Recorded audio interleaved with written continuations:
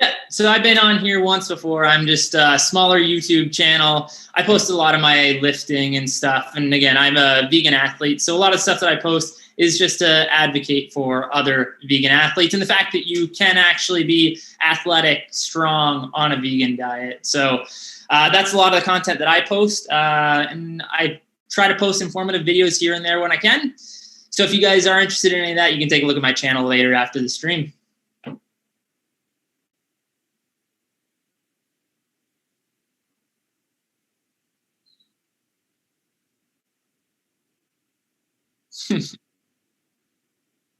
Yeah, it is weird. Yeah, yeah, quite the paradox.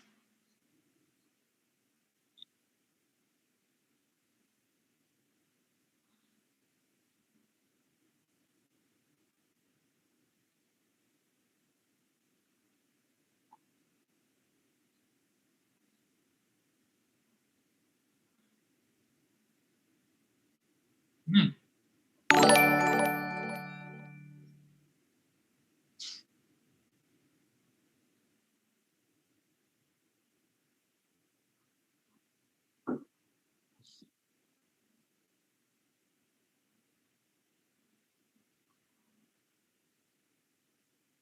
Hmm.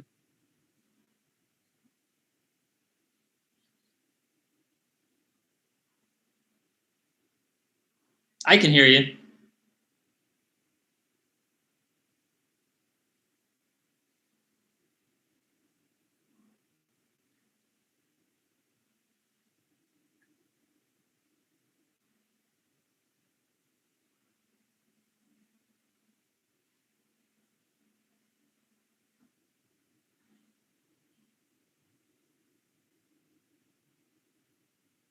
Hmm. Oh, they can hear me. Huh.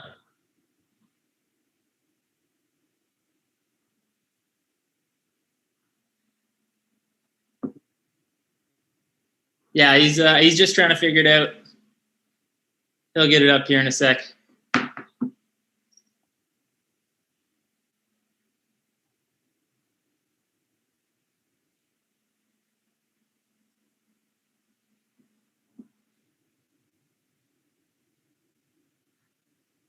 Yeah, it is odd.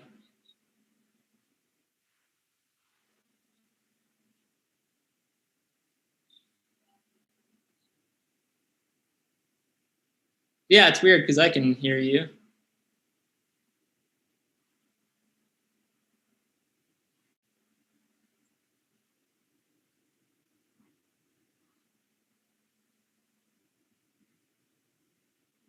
He's working on it, folks.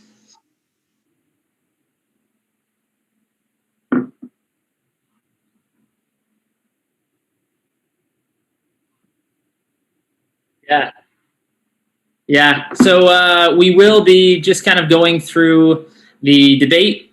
And again, Jason's going to share his screen there. Can you And guys so we'll hear me go now? through. Can you guys hear him? We'll see. Slickster's on the job, but yes. We'll see if they We'll can see hear if me. anyone. Yeah, let me know if you guys can hear me. I know there's a delay, so. Yeah, there's a little bit of a delay. Talk, Mitch, Yeah. keep us entertained. Yeah, so we're going to go through the debate, and we're just going to address some of the points made in the video. We'll talk briefly about the nutrition side of it. So honestly, there wasn't much contention there between Richard and Mike. Matt, you can hear us? Can hear you now. Okay. Yeah, now they're saying they can hear us. Sweet. Okay. Sorry about that, guys. I really apologize. I was talking there for like a few minutes, and God, man, Yeah, I'm sorry. you got a lot to pay attention there with your monitor, paying attention to me, I got a paying lot attention going on to here. chat. Yeah. Awesome. Sorry about that, guys. It was this whole OBS thing. But anyways, yeah, I got a subscriber. It was Tristan. I heard like a bing. But anyways, but thanks for subscribing, Tristan. I didn't see it. I said it earlier. But anyways, what we were talking about just earlier, we were talking about the debate and the debate that recently happened between Vegan Gains and Mike Israetel. And what we're going to do now is we're pretty much going to go over it real quick. The initial part of the debate, guys, that happened, Mitch and I pretty much agree on everything, or we agree with Mike and Richard and Vegan Gains. I mean, everybody was pretty much on the same page. If you guys haven't seen the debate, I recommend that you guys go see the debate. It pretty much went as we expected it to go. It did go pretty well, I thought, for the most part. I think Richard did a pretty good job. There may be some points I would say that he probably could have improved on, whatever. But, I mean, you got to understand it's a debate. I'm not blaming Richard. I'm not saying Richard did a bad job or nothing. It's a debate, you know. Sometimes you get, like, you go down these trails and, like, you veer off the topic and it gets a little crazy. And I think this debate that happened a few times with Mike, it wasn't necessarily Richard, it was Mike who did that. And this seems to be, like, a normal thing with Mike. Yeah. But anyways, so in regards to the nutrition aspect, because they talked about nutrition and then they talked about the ethics side. In regards to the nutrition, there was one thing, like I said, I pretty much agreed with everything that they said. There was one thing that I had one issue with, and Mitch and I were talking about this before the debate, or before this discussion occurred, was the fact that there's like this undertone with these, and I hate to use this term, meat eaters and vegans, and I personally don't really like labels. I'm not a fan of labels, but I mean, we'll call it what it is. Someone who's following a omnivorous type style of diet, there's this undertone that they use that if you're not a meat eater, that you're potentially leaving gains on the table. And Mike Israetel did this with the debate with Richard. He agreed that vegan diet is fully sustainable. You can do it. You can make gains. You can live your life. All that stuff. It's healthy. Blah blah blah. All that stuff. But one thing that he did say that I disagreed with was the fact that if you're not eating meat, right, that the change in lean mass gain or something along, I'm paraphrasing here, or like the amount of gains that you may be leaving on the table will be like a pound or two over a lifetime of a person training, a person lifting weights. And to me, I mean, that comes off as very disingenuous because there is yet to be a study to actually prove any of that eating meat over a lifetime compared to someone who is completely 100% plant-based is going to somehow lead to extra gains. And to me, it just doesn't, that undertone for me, it leaves a really bad taste in my mouth because it's just saying that it's still superior towards a plant-based diet. And I would strongly disagree with that. And Mitch, you brought up some great points. So go ahead, man. What are your thoughts on that? Yeah. So I think in the video there, in the debate, he mentioned, for example, that over a lifetime of muscle mass gains, you might have like a pound difference, right? He said maybe the vegan gains 47 pounds and the meat eater gains 48 pounds, relatively insignificant. But he's still suggesting that, again, if you eat meat, you're at a greater advantage than a vegan. And I think that that's not necessarily true. And I think that one of the big things that they focused on was this emphasis on protein intake and amino acid intake. And I think that although it is going to be important to focus on that, no matter what diet you're on, if you're trying to maximize lean muscle mass gains, there's so many other different factors which play into your athletic development and, again, those long-term muscle gains. So, like, we can talk about optimizing sleep. We can talk about optimizing levels of stress. We can talk about optimizing a number of other nutrients in your diet. And so I think that, like, the picture is so complicated to say that a meat eater has an advantage purely because it's easier for them to get a greater amount of protein. It doesn't really take into account every piece of the picture. So I wouldn't put my money for or against the vegan or the omnivore if we're talking about who has the greatest potential for athletic development and muscle mass gains. Exactly. Like, to me, there's so many different things that can influence that. Exactly. And if you're going to bring up, like, protein, right? Like, people want to bring up protein. It's always, it's the protein, right? Like, you got to worry so much about this protein shit, right? Well, what about carbohydrate intake? I mean, it's not necessary. I understand carbohydrates are typically, there is no such thing as an essential carbohydrate. I understand that. However, carbohydrates are what fuel your training sessions. You have more carbohydrates, you're going to be able to put out more. And I don't think anybody's going to disagree with that. So if you can put out more, doesn't that lead to more gains?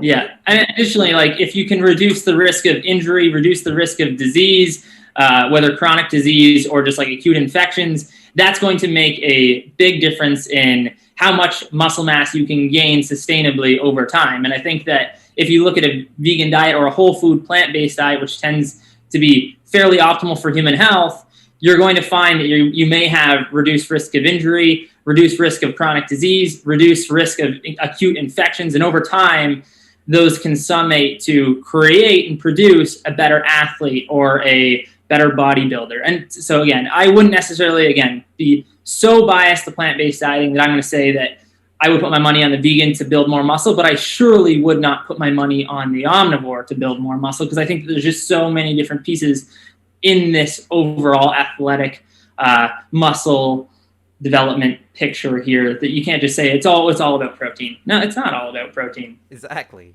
And the I mean, I always like to say, like, you know, it's pretty hard to squat, you know, 300, 400 plus pounds for reps when you're missing a colon, you know, or you got cancer. You know, like that shit ain't gonna happen. Not to say that a vegan can't get cancer. Okay, you absolutely, you know, or a vegan can't get sick. 100%. I'm not saying that can't be possible, but as we know from the data, and this, as we know, and again, they're all associations, sure, but as we know, statistically speaking, the more plant-based you are, whole food plant-based you are, the healthier you're going to be. So, plus all the other variables that have to be accounted for, as you said, Mitch, stress, the amount of stress you have, the amount of rest you have, what type of training are you doing? You know, are you training effectively? Huge factor. Exactly. There's so many damn factors. I mean, so anyway. That's the one thing that actually, it does kind of irk me a little bit when like people ask like, what are your thoughts on protein? It's like, why do you care about my thoughts on protein? Like let's talk about training. Let's talk about sleep. Let's talk about stress. Because these things are all so much more important to me than protein. Like protein intake is so easy to hit. Like it's so easy to hit your ideal protein intake that like for me, it's something that I almost never think about unless I'm in a caloric deficit for an extended period of time. But other than that, the biggest things that I find I need to focus on is proper training, proper sleep, and just all those other factors. Right, and minimizing stress. And proper management, yeah. Right. I would say stress is a huge... You're going to tell me, people, bring a little bit of sarcasm here, right? That if you got all this shit going on in your life, like you're feeling good, that you're going to go into a training session and kill it? Of course not, man. You ever had like all this stress, right? Like on your life because you got like a million things to do, and you almost feel like you don't have time to train because you've got all these responsibilities. In your case, I know you're a student and all that stuff. Yeah. Like sometimes, you can do it if you schedule it, but sometimes if the stress is so overwhelming, there could be a chance where you lift that bar up, man, and it feels like it's 3 times heavier.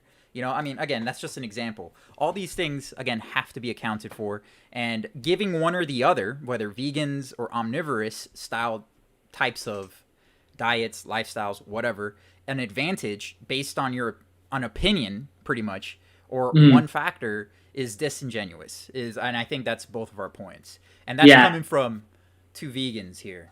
Right. Yeah, and I will say, like, Mike did make some good points. Like, if you are someone who is new to the vegan diet, you're going to have to make different kind of considerations with your diet. That's a given. I will say that he did make some good points there. He did talk about bodybuilding. When you're in the late stages of your diet, just like adjusting your macronutrient intake. I do think that, you know, some of that can be difficult, but again, I think that all of it can be planned for and adjusted very easily on a vegan diet as long as you're educated on the topic. Mm-hmm. So again, I do think that Mike is a really smart guy. I think that he did make some good points, but I also think that for the most part, Richard and Mike, they seem to just agree that a vegan diet is completely suitable for any kind of athlete and for bodybuilding when appropriately planned. Right. And we agree too. Yeah. I think we're all, it's like 99% we agree. Yeah. Like, it's like we're like, everyone's like pretty much on the same page. there was one point that Mike, I think he hit the nail like right on the head, where Mike said, by the way, I'm going to show the video, by the way, and we're going to go through it piece by piece. Not this beginning part. We're just summarizing the first 20 minutes of the debate because, again, there wasn't really much differentiation there. We're going to get into the ethics debate here in a bit.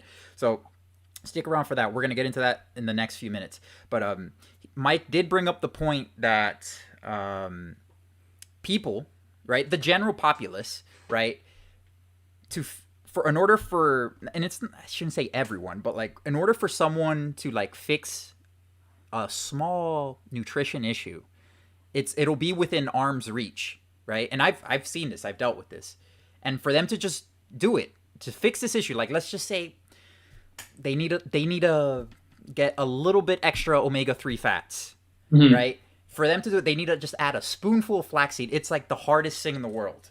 They need to add an extra 20 grams of protein. Oh, my Lord. Oh, that's it. I'm done. Can't be vegan anymore. Quit. It's the game over. Oh, I underate for a week and I felt like shit. Oh, must be the vegan diet. And he understood that. So I was like, kudos to Mike for at least saying that, because he was, I thought he was spot on when he said that. Like, I about like stood up and applauded. I was like, thank you. Somebody who actually speaking the truth there.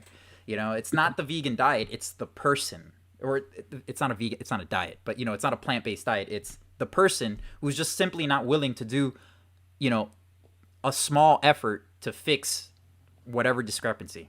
What do you think? Yeah. Yeah. It's a little bit of research that you need to do, like he listed a few nutrients of concern: iron, B12, calcium, zinc, vitamin D, creatine. And, again, all of these things are so easy to figure out if you just do like 5 minutes of research. Like, it doesn't take much. So again, to have those be nutrients of concern, okay, great, but like they're not really a concern when it takes such little effort to figure it out, right? So yeah. Exactly. Like, I don't understand. And I know you've probably seen this. I've seen this a bunch of times myself, and I'm just like, Jesus Christ. I'm like, do you just say it? I want to tell the person, like, just say it. You just want to quit. You just want to quit because it's so much easier, right? And I'm like I'm just about to blow up here, but you can't blow up. But whatever. Anyways, all right. What I'm gonna do now, that's the nutrition side is pretty much done, I would say. I'm gonna screen share a window. I have the debate open here, and I have it pretty much ready for the ethics side. It's right around the 20-minute mark. So I'm gonna click this little screen share button here. You guys are going to be able to see what windows I have open. Hold on. Okay. Should be this one. Okay. Share. Oh, I know you guys closed out. Give me a second, guys. Can you guys see me? Hold on. I don't know if you're probably only going to be able to see. Let me see. Okay. There we go. Hold on. Let me try to. I'm sorry, guys. This is the first time I've done this. Let me do this. Okay. I wish I could actually make this larger. I know you guys are probably only going to be able to see Mitch there for a little bit. Yeah, they can see me, I think. Yeah, I know. They're like, we can only see Mitch. I know, I fixed it. So we're pretty small here. I don't know. I thought I was going to be able to show small active speaker video. Okay. You're doing pretty good because honestly, I'm so lost when it comes to tech. I would not be able to figure any of this out. Mm-hmm. Or it might take 5 minutes of effort, and then I might say that I can't figure it out. Mm-hmm. But all right, just let me know if you guys can hear this. Let me know because I'm gonna play it, and I'm hoping that you guys will be able to hear the video of Mike Israetel and Vegan Gains talking. All right, here we go. Reach out and solve them. It's an arm's reach away. A lot of people don't reach arm's reach away. He's talking about the whole people not doing the bare minimum. Okay, we see both of you. Sounds like a lot of like Miley Cyrus and her omega-3 deficiency. I was reading a comment. All right. ADD's in full effect. Some low cost avoid it altogether. That would be great. So, for example, as soon as... Hold on. Some points in the discussion on ethical veganism. Can you hear it, Mitch? I can hear it. It's a little quiet, but I can hear it. Okay, I just paused it. I do like Mike. Let me know if you guys can hear. If you guys can hear the debate, because I'm going to play it now, and just let me know if you guys can hear it. Okay? Here we go. Requirements. So let's get into ethics. Why do you think it's okay to Guaranteed. No nicks, bumps, cuts, or Well, scratches. isn't that great? This is we got definitely by far an advertisement. Skip. Holocaust animals. Can you hear it, Mitch? Yeah. Can you hear it, Mitch? Yep, I can hear it. The screen is the same though. Like I'm stuck on 20 minutes and 5 seconds there. Okay. No. Oh, okay. On your, are you seeing it from your phone? I can see it from my phone. I'll just look at it from my phone here. Okay. Yeah, Christina, my sister, just let me know. Yeah, that we can hear it. All right, cool. I'm gonna play it. Here we go. I forgot. Are we live on YouTube or some shit like that? Yeah, we're live. There's a variety of jokes I can make, being that I'm Jewish, that would get me canceled. So I'll stop. For full transparency, I think those kinds of jokes are hilarious no matter what ethnicity you are. But I'm not going to get us canceled. So in any case, ethical veganism, I have a whole lot to say about it. And I can sort of go point by point. We can take it point by point. Sure. Yeah. So I have 5 subpoints in the discussion on ethical veganism. I think they're all relatively separate. So just to lay out the foundation, to begin with, I think ethical veganism has a very solid foundation. It is in general quite convincing. So I don't think that in most cases killing animals and eating them is a very good thing. It is in some, it is not in most. And if we could, at some low cost, avoid it altogether, that would be great. So, for example, as soon as laboratory meat becomes widely available and relatively inexpensive, I will exclusively myself eat laboratory meat. What are your thoughts on that, Mitch, in regards to laboratory meat? I don't have any ethical qualms with eating laboratory meat. I don't think that needs to be available in order for us to stop eating animals. But if there's lab grown meat, I don't have any issues with that. Again, as long as you're not killing a sentient being, to me, no ethical concern for me. What about you? The same. The same. I would say as long as we're not enslaving these animals. Like, I'm hoping that when they create these laboratory meats, they have a piece of flesh and they can just continuously reproduce that flesh. You know what I mean? Like, make derivatives of it and just continue to do that and not have like some cow trapped in like a jail. You know what I'm saying? And they keep poking it or something like that to get some cells to regenerate them. That's all I'm hoping they don't do. So but I'm all for it. Man. As long as if there's no animal exploitation, by all means. I mean, I'm not for it for people's health. That's the thing. I still wouldn't eat it, but like I don't think anyone else eats it by any means. Like if you choose to eat that food and adversely affect your health, that's totally your freedom of choice. I don't care. But yeah, I wouldn't eat lab grown meat. I just have no interest in it. Me too. I feel too damn good. Yeah, I feel fine. I don't feel like I need any meat. Matt says pinto beans are greater than lab-grown meat. I agree. Pinto beans all day. Pinto, actually, by the way, black beans, Matt, excuse you, sir. Black and I would say lentils and chickpeas, garbanzo beans, are much better than pinto beans, sir. So take it easy there, Matt. Funny guy. Yeah, I would prefer lentils and black beans over pinto beans, but I'm fine with all legumes. Me too. I'm just messing with you, man. I like pinto beans. I eat them all the time. I've reversed my MS symptoms disability of 10 years after going carnivore. I was intelligent vegan for 8 years, and my disability got only worse. That's because you're stupid. So that's somebody who said there. We got a carnivore. Sometimes I attract some of these carnivores there. But anyways, we're going to continue on with the debate. Because I think that killing animals is at least icky, at least. But I can be much more specific.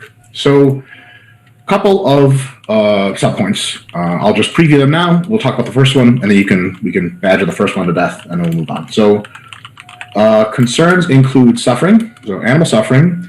Another concern, which I termed rights reciprocity, a concern of ecological rarity, a concern of pollution effects, and a concern of value generating potential. So those are the concerns. And if it's okay with you, I can start rambling on about suffering. It's not much of a ramble, but it'll set you up for a response. Sound good? Sure, yeah. Go ahead. So, animal suffering is definitely a thing, and suffering is probably bad, so we don't want to cause suffering. I don't mean, with my tone of voice and facial expressions, to say that is a minor thing. Just intellectually, it is absolutely a thing. So suffering is bad. And if we dig down a little bit deeper, we start to see that suffering can probably be quantified and defined. And for example, it's very likely that fish don't suffer in much of a meaningful way compared to like pigs, right? Their literal mental capacity. Suffering is a mental ability generated by a complex brain. I gotta pause. And Yeah. Mitch, let me know if you need me to pause. Just be like, hey, pause, and I'll pause it for you. Yeah, for sure, man. All right. This is the first mess up, if you ask me, in regards to fish. I don't know where he got this. That fish don't feel pain and fish don't have like that. That's not true at all. We know that fish feel pain, and if anything, well, there was one study. I forgot what it was. Some analysis that actually there's a chance that they actually be more. They have better sensors in regards to actually feeling pain compared to that of humans or something like that, or compared to other animals. I've heard that as well. Yeah, which is, I mean, where are you coming off with this, dude? I mean, I think the problem with this is Mike does go on here later to say that he differentiates between suffering and negative emotions or pain. Like he doesn't consider suffering analogous to pain or negative emotions because he thinks it depends on their level of sentience, I guess. He'll expand on it here, but I don't understand that either. Like that he thinks that certain animals aren't sentient. I know that we have a hierarchy of sentience, but so then where do you draw the line at like it's okay to enact, horrible acts on these animals, but not these ones because these ones are less sentient and these ones are more sentient. Like where do you then draw that line? Right. Yeah. I don't know where you would draw that line. And I also think that like he's talking about this in the sense of like it's why is it then fine to hurt certain animals but not others? And he talks about human pleasure being more important than the negative emotions of animals because of this hierarchy of sentience. But he goes into that and we can address it as it comes up. He does go into that later.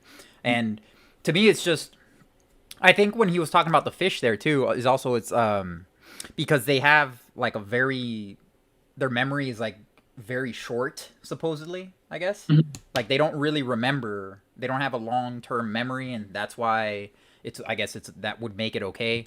But anyways, fish have a brain of a complex. Sorry, I don't see how that would matter, bro. I'm going to continue. Complexity that is not sufficient to generate the same sort of psychological phenomenon of suffering that we would say like pigs can, or cows or something like that. So if we are really interested in animal suffering as being sort of the bulwark against why we don't eat meat, I think it's less of an either-or scenario and more of a spectrum scenario, as I think most of these are. So, for example, it's probably pretty unethical to eat pigs because, gee whiz, they fall in love with each other and they get attached to humans and other animals. They're pretty wild and intelligent. They have a real decent spectrum of emotions. They probably have some anticipatory emotions for if other pigs are getting killed around them, they probably get really freaked out, sort of anticipating death, which is really bad. You move down to cows and they probably do a lot of that. You move down to chickens and they do some of that. A lot of that they don't do. You move down to fish and there's by any means clear they have a huge emotional spectrum. You move to shrimp and they're probably more like automatons, better represented by a sort of neural network computer than they are sort of in the animistic sense. Insects, for the love of God, almost certainly don't have emotions and certainly don't have the short or long-term memory to posit a concept of suffering, because suffering requires some degree of self-reflection. And so I think it's marginally more ethical to eat poultry than it is pork, for example. More ethical still to eat shrimp and fish, and considerably more ethical to eat insects, where I think the ethical pluses and minuses of insects versus plants is starting to get into a real gray area of it's by no means clear suffering is even a thing anymore. And I think a lot of vegans make a hard cutoff of it's an animal, I don't eat it. And I think that is a fine way to think, but not entirely convincing to folks who would say that it's probably a spectrum. So on that note, it's also true, you could say, well, if you are alive at all, or if you're an animal at all, if you can exhibit anything like a sort of negative tendency to want to be hurt or killed, then, we should give you the full complement of human rights. We already don't do that. We already scale cognitively and ability-wise our rights So that gradation element there of assigning more ethical value to pigs than we assign to shrimp, for example, is already in practice at various other levels.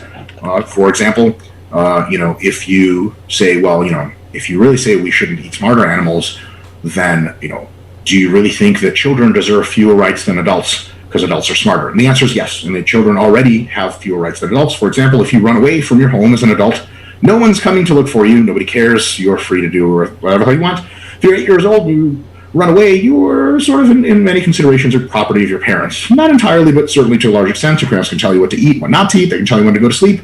So your rights are severely curtailed as a child. And if we scale that down to shrimp, maybe your rights are low enough so that we can eat you.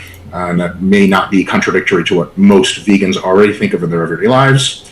A lot of vegans own animals and pets like dogs. Gee whiz, that's in some sense slavery. They seem to be okay with that. So there's another place there where the spectrum is clearly illustrated versus a 1 or 0 type of thing.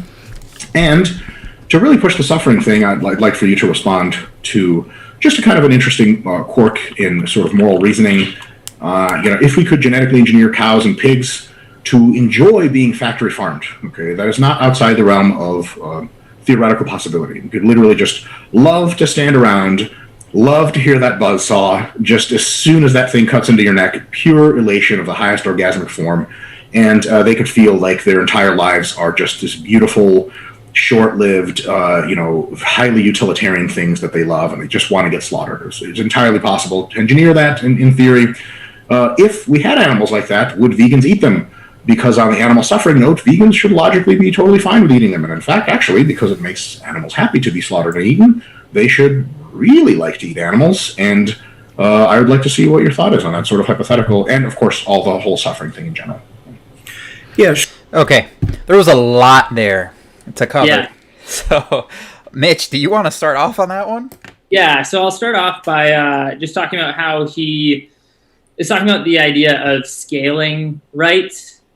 For example, a child doesn't necessarily have the same rights as an adult human, and how, you could scale those rights down to humans, I guess, based on their cognitive abilities or level of sentience. I think that, yeah, we do that, but I don't think that you necessarily have to take away all rights from animals. They should still have at least, the right to life and the right not to be harmed by other moral agents, such as ourselves. So I don't understand necessarily his point there. Like, yes, maybe animals don't need to have the exact same rights as humans. They don't need the right to vote. They don't understand that. They have no part to play in that, but they at least probably deserve the right not to be brutally murdered by us. And then as for his hypothetical, I just think it's kind of a weird way to look at it. And I think that he's talking about this idea of pleasure being the most meaningful thing in the life of an animal or a human, right? Because he's saying, like, if you could genetically engineer an animal to derive pleasure from being harmed and murdered, then would that be ethical? But I don't think that pleasure is necessarily the only thing which is important in this scenario. And you can look at that in the human example, where for us, we can agree that, pleasure and happiness is great, but it can also lead to an unfulfilling life. So there is a difference between a pleasurable life and a fulfilled life. And so who's to say that, animals don't experience that to some degree as well? Now, you could perform studies on that, but I don't necessarily think to say that, pleasure is like the most important thing is necessarily true in any life. That said, I don't think that gives us the right to harm any kind of other animals or any other beings without considerations made to their sentience. Exactly. I mean, I don't think I could have said it better myself. Really. I pretty much agreed with everything that you said. In regards to rights, yeah, I would say it would be pretty fair to give animals the rights to live or to just not be enslaved. And then basic rights. They don't need to necessarily have all of the same human rights, and that would be completely absurd to say that they should. Exactly. But they at least deserve the right not to be harmed by us, who have the ability to think about the ethical consequences of our actions. Correct. I mean, it's pretty simple. I don't understand how. I really just I don't understand why people go down these giant rabbit holes that they dig for themselves. And like Mike definitely did this. Race Lever said a really funny comment here. Where was it? Let me see if I could see it. Where'd you say that? We have no choice. He's no way, bro. Either we allow cows to legally drive and get licenses, or we gotta stab them. Exactly. Like, what the fuck? No, we could exactly. You know, it's just it's kind of absurd to go down these rabbit holes. It's just pretty simple, man. Look, I don't know if Mike has ever seen the footage. I'm hoping he has, or I think he has. Like, we don't have to repetitively rape these cows to breed more cows over and over again to because we enjoy their flesh or for protein or for gains, or we don't have to do that just because they don't have any rights. And the same thing for shrimp or even insects. Now, of course, shrimp are actually I think they are insects. They're insects of the sea, if I'm not mistaken. Shrimp and crabs and stuff, I think. But regardless of the matter, I don't think the point is we shouldn't go out of our way to cause harm if we don't have to.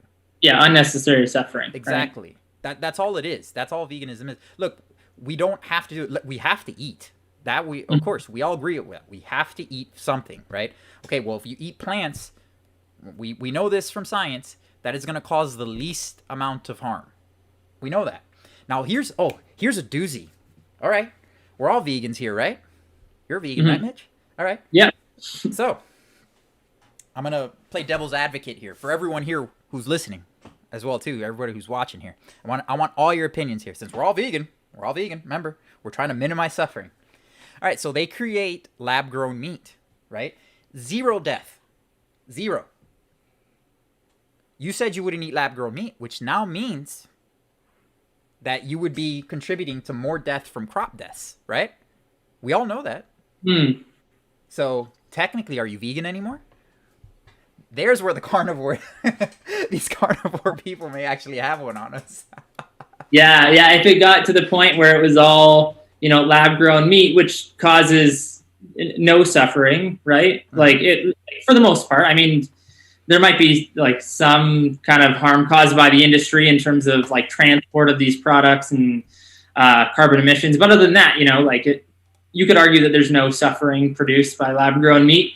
That would serve as quite the question, because you may cause harm to animals through crop deaths, right? I do think that number can't be calculated, and that's why when presented with this argument of vegans cause crop deaths, maybe they cause more harm than people who kill animals. It's like I don't think that crop deaths can actually be calculated to be more than the net disutility which would be caused on that same unit of land if it was just nature, right? Like, let's say you had a 100-acre field growing crops for vegans.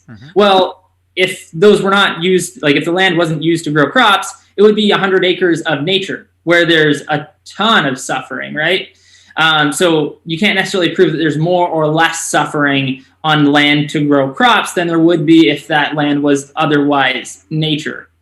And so that would be looking at it from like that consequentialist viewpoint where like you're looking at net utility. And I still don't think that you can make the argument that vegans cause more harm than someone who just kills one cow a year. It can't be asserted definitely. But okay, now let's just say hypothetically speaking, right?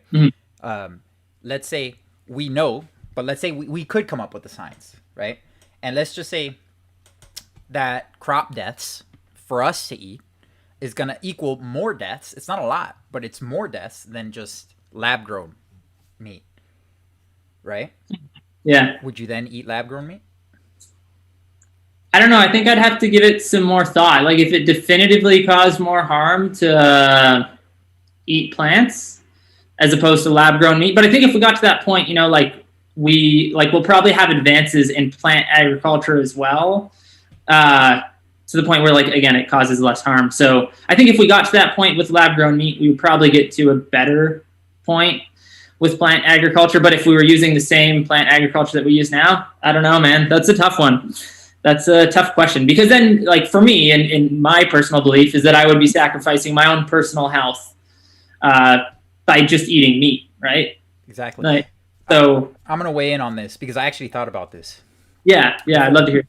Yeah, this is my point. I think it would be unethical for a person to force a person to eat lab-grown meat. I would say that, right? Because it causes less suffering to other animals. And the reason I would say that is because we're not designed to eat animal products. Even though some dummies out there in the internet may think that animal products are healthy and great for you and all that stuff, they're not. Okay, they're not. Watch any of my professor videos. Watch all the science. Watch my playlists on that I made about animal products are not healthy. I think it would be unethical, for example, for me to be like, "Hey, Mitch, you have to eat lab-grown meat because it's causing less deaths than crop deaths." I would say it's highly unethical to you because now you're compromising your own health, and I don't have a right to tell you to compromise your own health. Unfortunately, some deaths have to occur with the current status that we're in right now. Now, you brought up a point that if we come to a point where lab-grown meat is feasible, right, that there will be some type of advancements with plant-based agriculture or crop agriculture or whatever, where there will be less deaths or no deaths. Maybe what they call vertical farming. I don't know if you've heard of that. Where they Right, you've heard of vertical farming. For those who don't know, vertical farming is when they farm indoors and they farm in buildings and all that stuff where there's like zero death or like nothing. There's barely any death, if anything. Maybe a mouse sneaks in, whatever, may die, whatever. But it's pretty much zero. But let's say we don't get to that stage, and let's say lab-grown meat somehow passes that, then technically the people who just live on lab-grown meat, which would be highly unlikely, but let's just say people did live on that, you would have to say objectively that they are living a more ethical life than the person who's just following a plant-based life or a vegan life. But again, it would have to be lab-grown meat. So, however, I don't think anyone has the right to tell you to compromise your health. So, if you ask me, I think it's like, I don't blame a lion for being a lion, for a lion having to eat animal products, if anything. That's actually because in this debate, Richard says that like he's in favor of killing carnivorous animals if it causes like greater utility, like if it causes less net harm, right? Right, but I haven't given that much thought myself, but the point, what I'm saying is, and I don't think Richard would disagree with this, you can't blame that lion for being a lion. No, and I wouldn't blame them for being a lion. I don't know what I think about necessarily killing carnivorous animals to produce less overall net harm, right? Right. I think that's a discussion worth having when we get there. I think, yeah. You know what I'm saying? I think what I mean get there is like, we got to get the planet vegan first. And then once we get the planet going vegan, I think then we should worry about those issues. Personally, that's what I think. I think we should, take one step at a time. I think, I'm not saying that Richard is saying, hey, we should go into the Sahara and like with our rifles and start gunning down tigers or lions and freaking hyenas and whatnot. I'm not saying that's necessarily what he's preaching.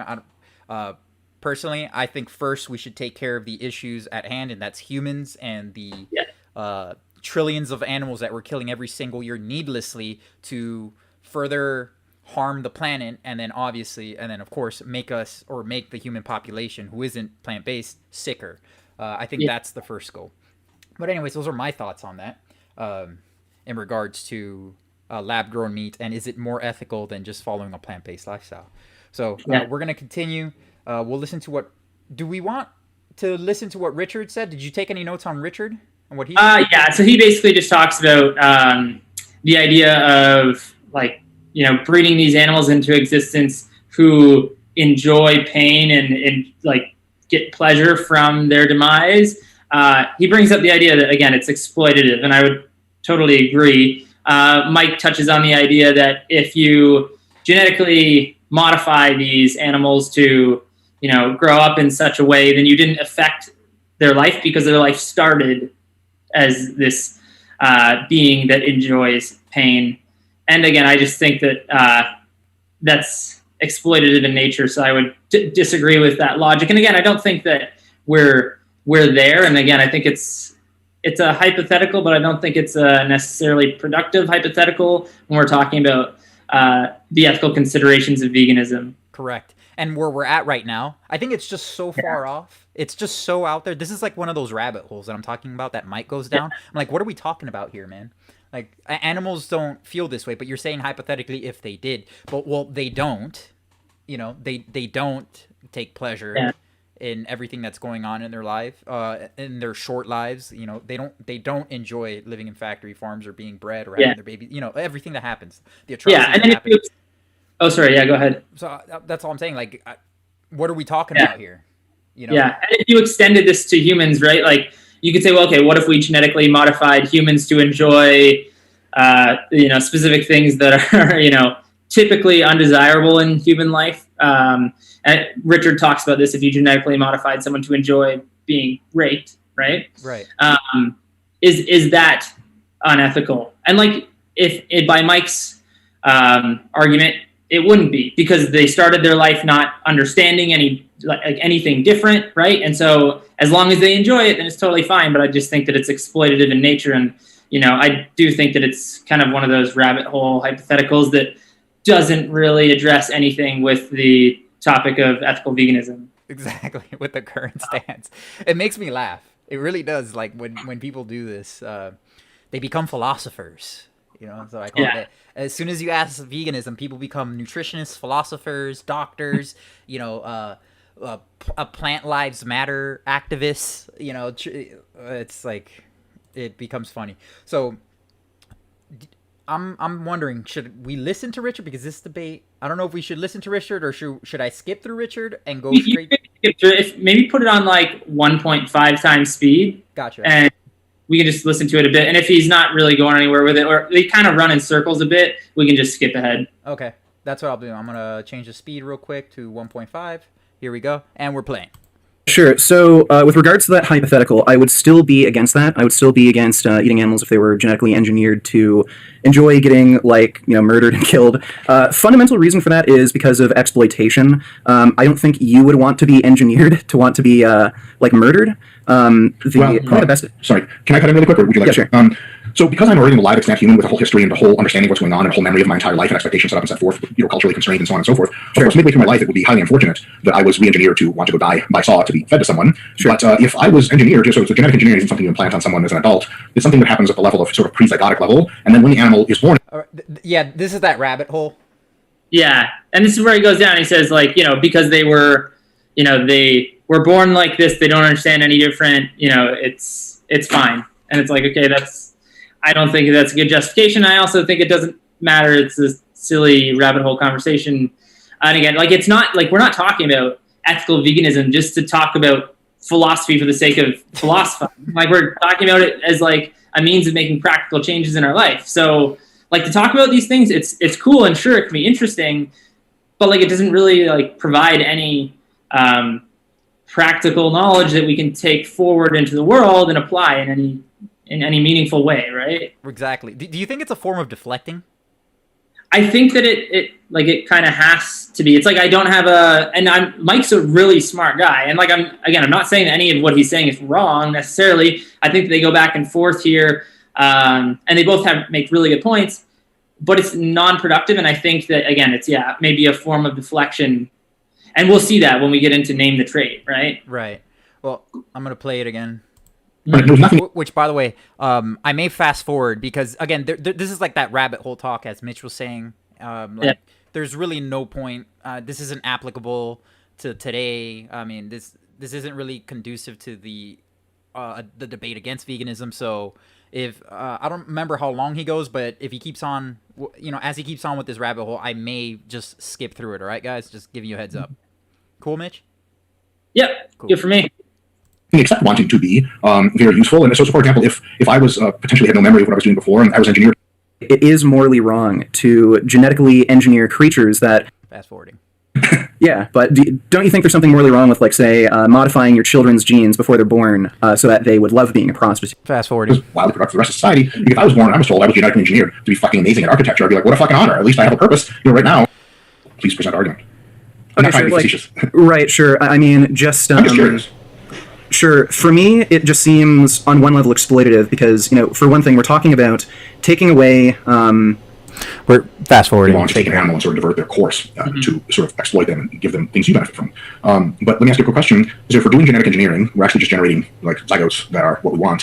So we're technically not changing the course of an animal. We're designing, giving birth, feeding, raising, nurturing that animal. It's our animal. Like we put in all of the inputs. We designed it. And also now it doesn't suffer. So for example, if you raised a human to be your human and it fucking hated being your human, it wanted civil fucking rights, it was going to stab it. Yep. What's up? So just one thing there, like he said, like if you genetically modify these animals and breed them into existence, like it's your animal.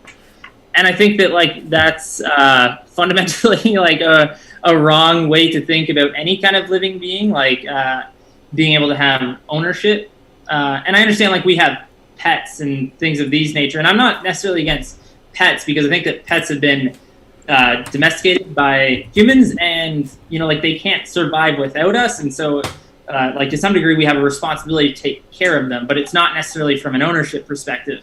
But here when he's talking about like if you genetically modified an animal and bred them into existence, like you get to decide what happens because you own that animal. And he even mentions it like if you genetically modified a human here, I think he says like it's your human. It's like that's kind of messed up. And again, I don't think that it's productive conversation.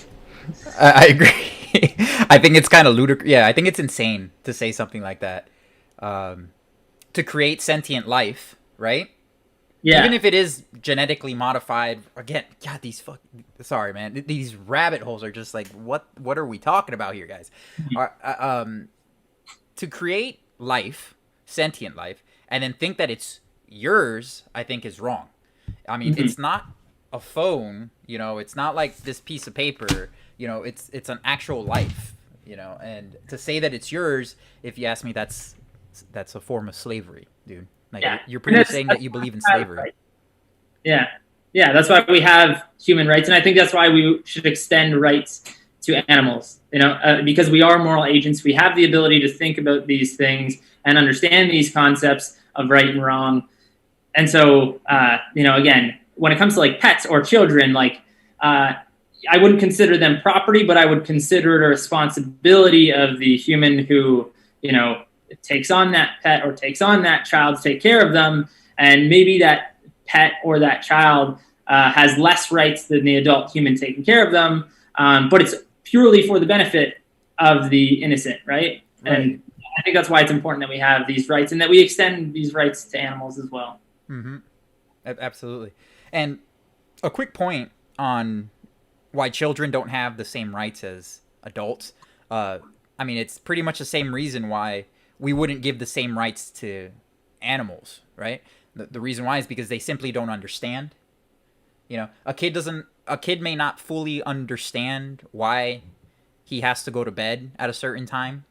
He may not understand that if he doesn't go to bed at a certain time, that when he wakes up in the morning, he's going to be like all tired, and then it's going to mess up his day during school. He's not going to be able to think correctly, blah, blah, blah, all that stuff. He's going to be falling asleep in school or whatever. And so he doesn't fully understand all that, but the parent does understand it. So it's for the better of the human. So just because the person has less rights doesn't mean that they don't have the right to live. Mm-hmm. It's pretty basic.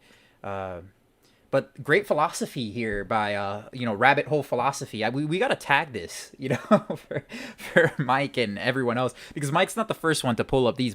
It was a little different here with Mike.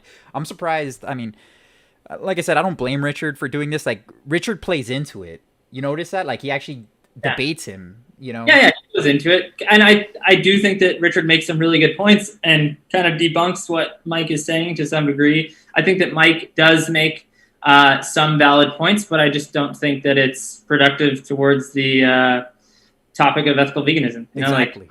And it's so whether they're good points or not, like it's not applicable. Exactly. It's not applicable today. So what are we doing? What are we talking about here, guys? I mean, if it could be applicable, then I would understand. I'm all for what do they call it? Comparisons and all that stuff. But like this has like nothing to do with this, But whatever. Anyways, I'm gonna play it again, and just let me know, Mitch, if you need me to stop. I may skip through it again because they're going deep down this rabbit hole, guys. We already know where we stand with this. Poorly constructed hypothetical by Mike Israetel. No offense to Mike, but dear Lord. All right, so here we go. you in your sleep as soon as you got the chance. I fucking hate it every day it was alive because, it's supposed to be you basically engineer a slave and it fucking hates you. Yeah, that's super fucked up. Thing. Like, I'm not taking an extant society or culture or people in the prime of their life, usurping their will. Sort of if someone like sticks you with a CRISPR needle walking down a subway in China and all of a sudden you're like, I want to serve the Communist Party of China as more than anything in my being, which clearly that's fucked up because they took away something from you that you had going. But if you're a piglet that's the size of a finger, you have nothing going for you. You're, as a matter of fact, you in natural environment, pigs in their sort of balanced nature as wild animals, you would be as, almost certainly never born. If you were born, terrible life, you would die pretty quick because the other piglets would eat you. Nature's a fucking terrible, brutal place. So we're taking what would happen to a piglet in nature, we're making our own piglet that has a way better life than in nature and also helps others. But to me, that doesn't entirely seem terrible. And as a matter of fact, if I saw animals in the wild, like a raccoon or whatever, if I really, really worried about animal suffering, I would want to save that raccoon and immediately put it into captivity because life in captivity is way better than life in the wild, unless you're an advanced human-grade thinker and you value sort of like your freedom to choose your... All right, I had to pause it there. I would disagree with that 100% on 2 points. First off, these animals, again, we are creating these animals, and I think Richard brought this up, right? These animals would have never been born into existence, that being the pigs, the piglets that he brought up, or even a raccoon, for example. I don't think we're breeding raccoons. I wouldn't be surprised if, the United States is. Whatever. But anyways, in regards to, like, animals in the wild, yeah, animals do suffer in the wild. However, I don't know if they would suffer more in the wild than they would in a factory farm. I wouldn't say that, especially a raccoon. Raccoons are pretty smart. And I've seen some pretty happy-looking raccoons. I hate to say that, and I know that's just anecdotal, but raccoons look pretty damn happy. I've seen some happy raccoons. Today, actually, Mitch, and everybody who's watching, I saw a fox today, and it looked super happy. It was chilling in the woods. It saw me, and it scurried away. But again, and that's the second time I've seen this fox. They are surviving, and when it dies, I will say this, it is pretty freaking brutal. But it's pretty brutal when it's in a factory farm as well, too. The difference is that we created that harm.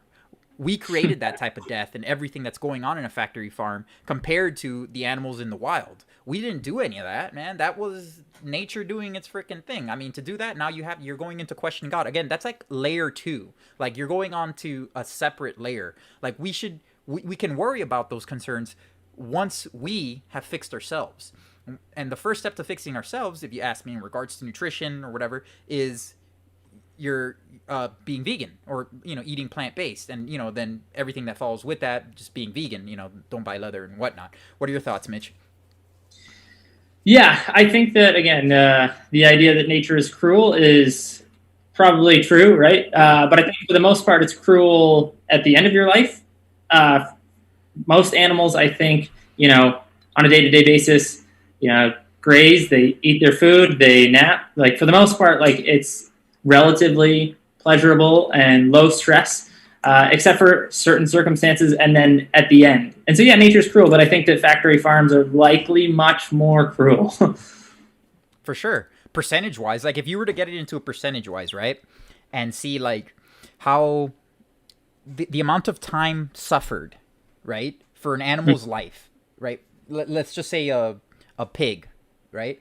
A factory farm pig. The amount of pain and suffering that they have living in a factory farm compared to a wild pig, right? A wild boar, because those pigs were modified or were genetically bred, or genetically modified, whatever. The pigs that we have in factory farms that grow to 300 pounds, yeah, that 300-pound pig would not survive in the wild, nor would the cows, those, however, 2,000-pound cows that we breed would not exist in the wild. They wouldn't survive in the wild because we have bred those animals into existence. Those natural bovines or those natural wild pigs actually are suited to live in the wild. And I would say if we look at it in a scale of like how much suffering compared to a wild animal suffers compared to that of an animal in a factory farm, percentage-wise, first of all, their lifespan would be wildly different, and the one in the factory farm is going to go through the vast majority of its life that it's living in there in pain, where the one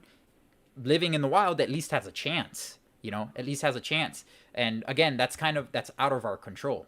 That's out of our control right now, and that's not a problem that we can necessarily fix right now. Again, I believe that's layer 2. Layer 1 is first fix ourselves and stop contributing to the pain. Once we stop contributing to the pain, then I think we can start looking into fixing, I guess you could say, nature, if that's even our purpose to do so. But again, to even start looking at that, we first have to fix ourselves. Yeah. Right? Yeah. I would agree with all that. Cool.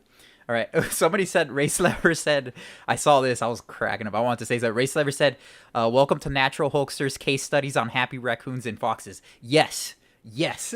That's funny, man. That was a good one.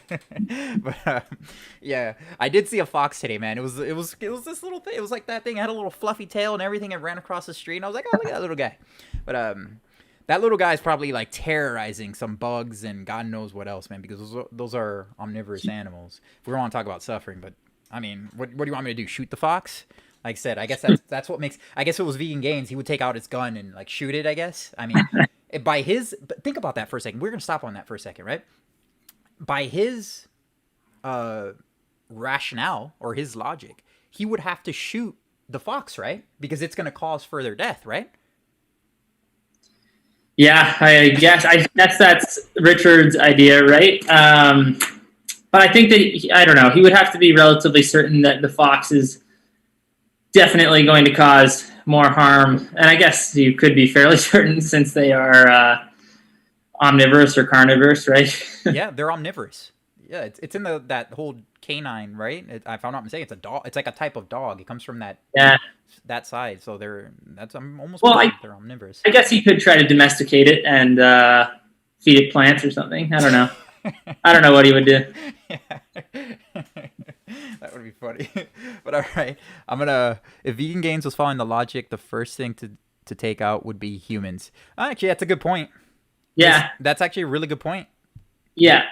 That is true. And again, when we get to name the trait through the debate here, like what's the trait that exists in animals, but not in humans, that makes it okay to kill animals, but not humans? You know, like what is that symmetry breaker? I guess if Richard was being logically consistent, he would have to consider humans invasive species, right? Exactly. So, I mean, this is where we get into like really murky waters. Like this is where it gets like, oof. You know, you gotta be careful. But again, you said like multiple times, I think that we have bigger fish to fry first, and we can deal with all the nuance later after we've decided to extend, certain rights to animals, and we're kind of getting on the right page with what we're doing ethically in certain circumstances first. Exactly. So, quick question aside from this, Mitch, are you strapped on time or anything? I know this is like a side. No, I'm not really in a rush. I think I have a call later tonight, but it's at like 8 and it's only 6, so we got plenty of time. Okay, cool. All right, so I'm gonna continue with the video because I'm pretty much free. But all right, so here we go. Their own independent way of life, and most animals simply, it doesn't seem to have that recourse. So for example, taking a much lesser developed animal like a crocodile, like if you have a crocodile in a zoo, you just feed it as much as it wants. If you could somehow upgrade its intelligence only in the capacity that it could respond to questions, and you ask it, hey, do you want to be free and run wild? He'd be like, what the fuck? It's warm. I get fed. This is fucking fair. It's like you have normal life, and then aliens take you in and they're like, look, you get to live for a quintillion number of years. You get infinity prostitutes and food whenever you want. You never age. You never have any disease. At the end of that, we kill you. How's that? You're like, what the fuck? Fuck yeah, sign me up. A shitload of people would say sign me up. But because crocodiles and things like that, they just don't have a seemingly an inherent drive for, like, an independent driver to be free in some grand ethical sense. I don't think that anything's being taken from them because it's not there to begin with. Okay. If they were humans, it would. Right. All right. I'm gonna fast forward through this because we're still in this rabbit hole, guys. We're in the rabbit hole still. Unless you have anything to say about this, Mitch? No, not really. And again, like what he's talking about is welfarism, right? Whereas like I take more of the approach of like an abolitionist vegan, where I don't think that it's okay to kill or exploit animals, whereas he's saying, as long as you treat it fine, then, it's okay to kill it. And he thinks that the animal would agree. I don't necessarily think that you can make that argument for the crocodile or the alligator. Yeah. Well, I think what he was saying, the crocodile or alligator, is that what they're talking about is like creating animals. Like I said, he's kind of jumping around here. That he's enslaving it, but it's happy to be enslaved. Yeah. You know, not necessarily kill it, but just enslave it because you're feeding it and it's in paradise. You know, and it doesn't realize it's enslaved, but because it doesn't care, it doesn't even have any. But again, it's not really the topic that we're really going on about here.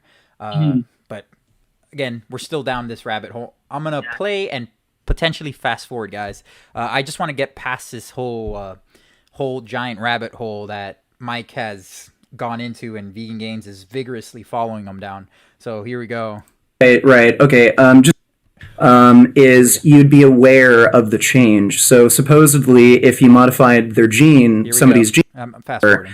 say any other property before you're sentient. I don't know exactly what the time is, but he starts to talk about rights and reciprocity. Mike does, and that's when they get into name the trait. So yeah, you can skip until you hear that, maybe. Okay. I don't know where it's at though either. Yeah. Another thing, I'm about to have an ad here in 3 seconds, so I'm gonna have to click on. Okay. Here we go. There's the ad. Whether you're building dynamic network models or forecasting real-world behavior, That's okay. I don't have YouTube Premium either. So if you were to, like, let's say, I don't know, a parent were to create a trust fund for a child that's unborn. It's a fetus, but it's not sentient. Would you? So that money is for the fetus. Do you think there's any, and legally, it would be recognized as being owned by the fetus? Would you see an issue with a parent or some other individual taking that money before the fetus is sentient? Some other individual, definitely. The parent, much less. I really have nothing to say on this. Again, we're... I'm just talking about legalities. Yeah, I'm going to fast forward through this. Like, clearly predators cannot. Is it ethical for you to eat a lion? Fuck yeah, because it'll eat you. It's all fair in love and war, right? Prey animals is a bit more problematic because maybe they could not really want to eat you. But, for example, do cows or pigs or chickens understand rights reciprocity at all? Can they understand rights reciprocity? It's highly likely they can conceptually understand that. They sure as hell don't show it in the wild, but maybe they can. Well, let's push a little example here. So if you get a really dedicated ethical vegan and you put him in the same room as a pig, and let's say he's larger and stronger and it's just a piglet, at what point is he going to eat the pig when he's starving to death? Maybe never. Maybe never. The probability is certainly very low because, ethical vegans are fucking committed and they can extend sort of ethical autonomy to other animals. Now, if a pig is very hungry and there's an ethical vegan in the room next to him that as the pig starves to death, let's say the pig is larger and certainly capable of eating this tiny little human, will that pig eat? Yeah, almost certainly. As a matter of fact, pigs are fed humans all the time in the mafia circumstances, so to speak. And so, at the end of the day, is a cow, if it gets really scared, is it going to trample over you, or is it going to try to go around you because you go, form of life, I have to respect that reciprocity? Probably not. Chicken, if it was sufficiently large or sufficiently many chickens, if you were sufficiently weak, would peck you to death without any fucking remorse whatsoever in almost every case. So I don't know if there's this clear-cut situation where, you have full awareness and full reciprocity versus zero awareness, zero reciprocity. But I would say that animals that tend to be able to reciprocate human rights the other way around can be granted more rights. Animals that can in no way or in very limited ways reciprocate rights can be in some framework granted few rights without us having to worry about it. That's like the best example is like a lion. How much civil rights should a lion be granted? Well, possibly none. That's why essentially we keep lions only in jail. We keep them in zoos, which is a fucking jail with bars. Because when they get out, they just do whatever the fuck they want. They're wildly immoral by any sense. And why would we give morality to wildly moral things? There could be other good reasons, but reciprocity is sure as hell not one of them. Okay. What do you got? That was actually, I think we're getting to the good stuff now. So what do you think about this whole reciprocity? So again, I don't think that is the trait that, needs to be present in order for you to grant the right to life, or at least right not to be harmed, as an animal, right? And he says that at the end. He's like, are there other traits that maybe dictate whether an animal should have some rights extended to them? Yeah, maybe, but it's sure as hell not reciprocity, right? Yeah, you're right. It's not reciprocity. It's their level of sentience, the ability to feel pain and suffer. Those are the reasons why moral agents such as ourselves shouldn't cause harm and kill those animals. Right. That would make logical sense to me. Yeah, it doesn't matter whether like an animal can reciprocate those rights towards us. Like that's not the point. The point is that they have the ability to feel pain, suffer, and they want to live. Right? Exactly. And reciprocity, I have a problem saying that word. Yeah. That isn't necessarily the dictating factor, whether we should extend, like you said, whether we should extend rights to them or not, whether we should kill them or not, just to keep it simple. Like, not enslave them and murder them and torture them and all that stuff, just because they can't extend the same thing to us because they don't have the same moral agency as we do. And this is one of the issues that I've seen with vegan gains. I don't understand why he just doesn't break it down a little bit more simpler for someone like Mike. And I understand, man, you're in the heat of the moment, you're in this debate, and maybe he's just doing a lot of these debates and he's debating at higher levels. But just say, look, there isn't a need to do that. And it's pretty simple. It's just a matter of having two different types of moral agencies. No one's going to blame a hippopotamus for doing hippopotamus shit, or a lion doing lion shit. Like lions are going to kill and they're going to eat because that's the way they were created. That has nothing to do with you. But just because that's the way they were created, that doesn't necessarily mean that we have to breed them on mass scale and then start torturing them and then kill them, and they have to live these horrible lives for our pleasure, for our taste pleasure, for sensory pleasure. How that doesn't, the two means don't justify when it's completely 100% not necessary. So what are we talking about here? Yeah, it's just not applicable to the situation that we're in. Exactly. So it's I don't get it. But anyways, we'll see what Richard has to say. Okay, so for one thing, I am actually in favor of killing predatory animals so long as it results in either reduced rights violations, so like killing a lion prevents the lion from killing many other animals throughout its lifetime, or in circumstances where it would just result in far fewer deaths. You probably want to kill all lions then, right? Yeah, no, I am... Kill all predating animals that walk the earth. So with the caveat that if it would end up massively increasing the amount of deaths, let's say, I don't know, it destabilized an ecosystem where like, all the animals would die. Yeah, then sure, but you can find a lot of circumstances where you could kill predatory animals in particular ecosystems, and it would reduce overall deaths, overall rights violations. So that's one thing I wanted to note. As far as reciprocity, mentally disabled people are incapable of rights reciprocity. So right there, you're essentially saying it's okay to Holocaust mentally disabled people. There are... Just to be very clear, I'm not saying that at all, because there are other concerns, like suffering. They will suffer if you kill them. That's really bad. Also, there is a framework which we can set up for society. Some actual human beings have to decide who's okay to kill and who's not.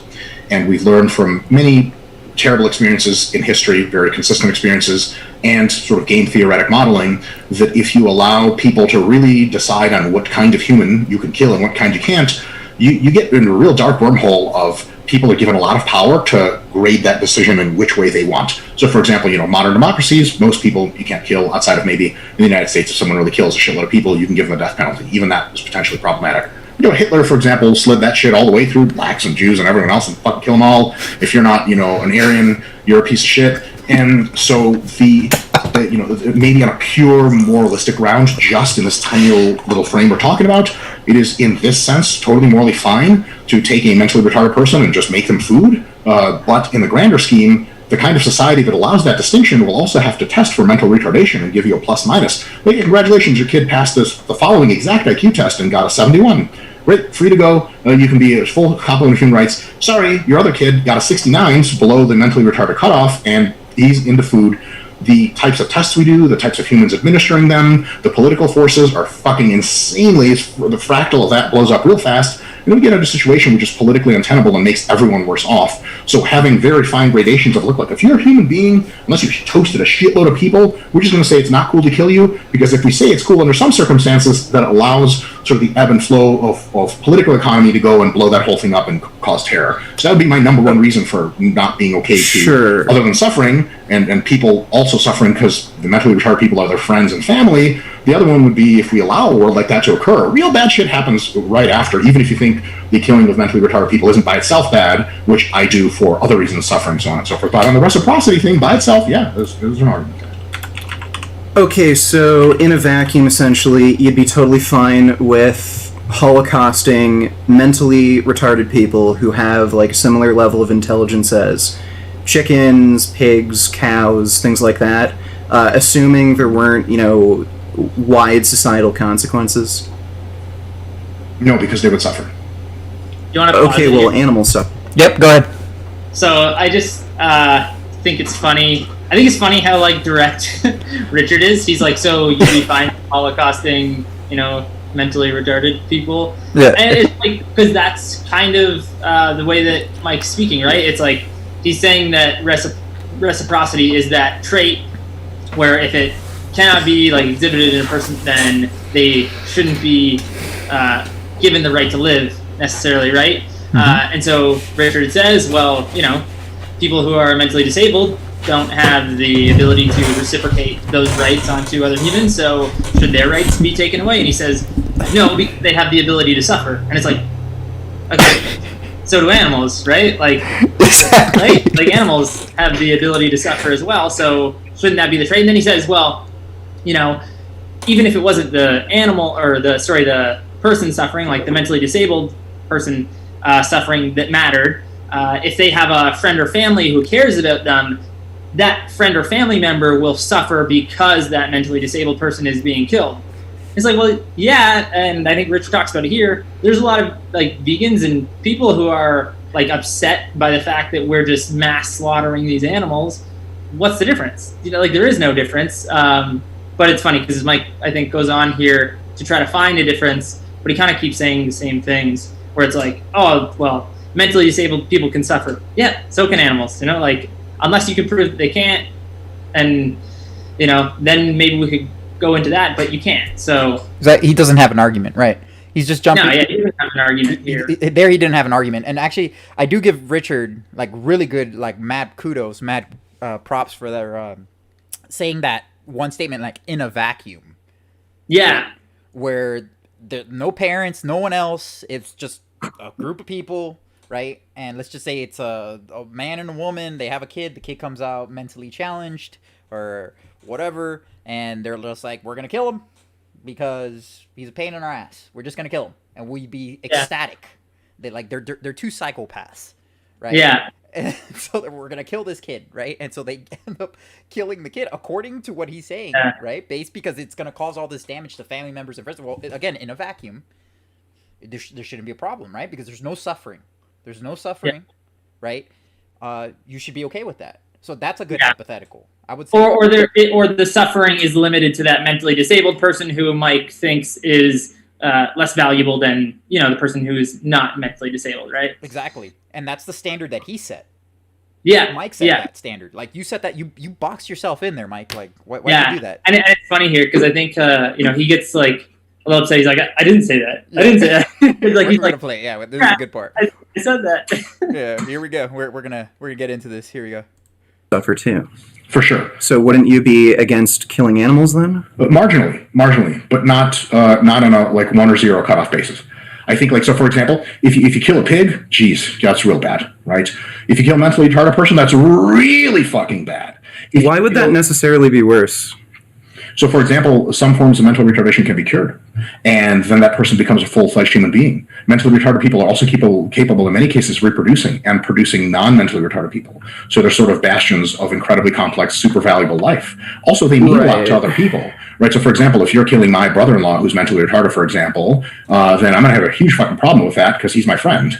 And, also mentally retarded people in the United States and most countries are their civil rights are sort of given over to their caretakers, and the caretaker's in charge of that person. You can't just go and fucking kill him, because like it's almost tantamount to, and I'm not trying to be very curt, this is a wildly politically incorrect thing, out of context, please don't snip this out, but like if you come over and kill somebody's fucking dog, you're like, well, we eat pigs all the time, I just killed your dog, no big deal. That's my fucking dog, motherfucker. Like that's a fucking bad deal, right? So in a vacuum, yes, like if you make a deep enough vacuum to where the situation is wildly outside of what it is in total in any relevant sense, yes, right? But then we're not talking about the situation anymore. We're just talking about that one specific thing, where on the rights reciprocity side, I don't think there is an argument to conserve the lives of the mentally retarded. Because if you say, okay, but they can reciprocate your rights, well, clearly they can't, so then that's not a reason to keep them alive. But there are tons of other reasons to keep them alive, which are all extant and all very good. Okay, so it sounds like you mentioned two things. Like you mentioned ability to suffer. That's like a differentiating factor. You mentioned like family cares about them. Sure. Well, there are plenty of similar situations in animal agriculture that I can bring up. Like animals clearly suffer. I think you're kind of neglecting the extent to which like a chicken or a cow could suffer, like especially when we talk about just the extent of the killing. Like more animals are killed per year than human beings have ever existed. So just the sheer amount, even if you're going more to animals claim live that, per year though too, right? Yeah, like even if you're going to well, sure, but if you're going to claim that they can't suffer to the same extent that a human can, just the sheer volume of suffering, I think, matters. Yes. And on top of that, like you mentioned, family, family cares about them. If they died, their family would be sad. Well, there's plenty of vegans that are fucking upset seeing animals killed. There are plenty of non-vegans that are upset seeing animals killed. There are a lot of slaughterhouse workers that end up getting post-traumatic stress disorder and huge psychological issues from seeing animals killed. So I see that as quite analogous. So this this trait you named, I still see this leading to a contradiction where essentially there are very analogous situations happening in animal agriculture. You're claiming an analogous situation in the human context where, a human lacks the ability of reciprocity. They shouldn't be killed, but then you're saying in an analogous context, animal lacking similar levels of reciprocity, it's fine to kill them, even though I don't think the it's fine. contexts are quite similar. I think it's less bad. Yeah, it's less bad. Okay, well, even if it's less bad, I don't know, punching somebody in the face versus stabbing them in the face, like, they're both bad. I don't see how just one being less bad justifies. Oh, I don't know if it justifies it. I just think it's less bad. And if you agglomerate all the other factors that play in, maybe it's justifiable on the margins. But that's just one factor by itself. So, yes, animal suffering... You want me to pause it? Yeah. What's up, Mitch? Yeah. It's just funny. I think that, obviously he hasn't named a significant trait that's different in humans and animals that makes it okay to kill animals but not humans. I think that the trait that he did name was insufficient. I think that it was kind of funny how, Mike's super smart dude. Like, I'll give him that. And, he can talk 1,000 words per minute, and he strings together sentences really well, so it sounds pretty good. But at the end of the day, he didn't name a significant trait that makes it okay to kill animals but not humans. And again, if you extended that trait, which he said, reciprocity, or, because you could, I guess, analogize that to level of intelligence. If you extended that trait onto humans, would it be okay to kill humans? He says no, I guess. Or if it's in a vacuum, yes. But he still seems to think that, like, it's less bad to kill an animal than a human. Even if, like, all traits were equalized, it's less bad to kill an animal than a human. Well, why? Like, and I think that's where, like, this whole idea of speciesism comes into play, right? Right. I think that is the definition of it. And plant-based poser is saying, are they doing name the trait? Yes, they are. They are doing name the trait. This is pretty much what it is. And I think the key question here, and I think Richard nailed it, is he said, like, in a vacuum. Right? Yeah. Like, he's trying to corner him, or he's framing him in, right? He says, in a vacuum, would it be bad for you to, let's say you're on a stranded island. You've got this mentally disabled person with you. You yourself happen to be a psychopath. Let's say you and me, Mitch. You and we're both psychopaths. We're on an island together, and this mentally challenged person washes up through sea. The plane crash, whatever. The guy comes up, and we're just like, hey, let's kill him. You know, according to Mike Israetel's logic, it would be okay because it would bring us joy, right? It would bring us joy, and I mean, it would be, but somehow, and again, it's in a vacuum, right? But he doesn't. Did he admit it? Did he admit that it would be okay to kill the mentally disabled person? I think he did, but whether he did or didn't, I don't think that he actually believes that. I think that he's just really like reaching at straws here, trying to come up with a trait like that symmetry breaker, and like there isn't one. Like I don't know if anyone else can come up with one, but like I've actually given it thought, and I can't think of a single trait that matters. You know. Mm-hmm. I will say, I'm just going to be honest. I would say that I am a speciesist, I guess you could say. Mm-hmm. When it comes to humans, I do value human life higher than animals. Yeah. Naturally, always will. So I agree with Mike on that. Yeah. Well, but you can do that without killing or like perpetually harming animals, right? And it's the idea that like, okay, you don't necessarily have to value animal life more than human life. You just have to value animal life more than your temporary taste pleasure, right? Correct. But it's funny because he talks about this spectrum of morality, and although I would kind of agree with him there, you could talk about acts that are more or less bad. I don't think that he's found it in this scenario. Yeah, he's definitely reaching. He's trying. Oh, okay. Yeah. My sister, Christina Martinez, that's my sister. That's Slickster's sister, by the way. She says when he gets concerned, he squirms and contradicts himself, so he loses all credibility. Yeah, I mean, he's trying. Like I said, I think he's just trying.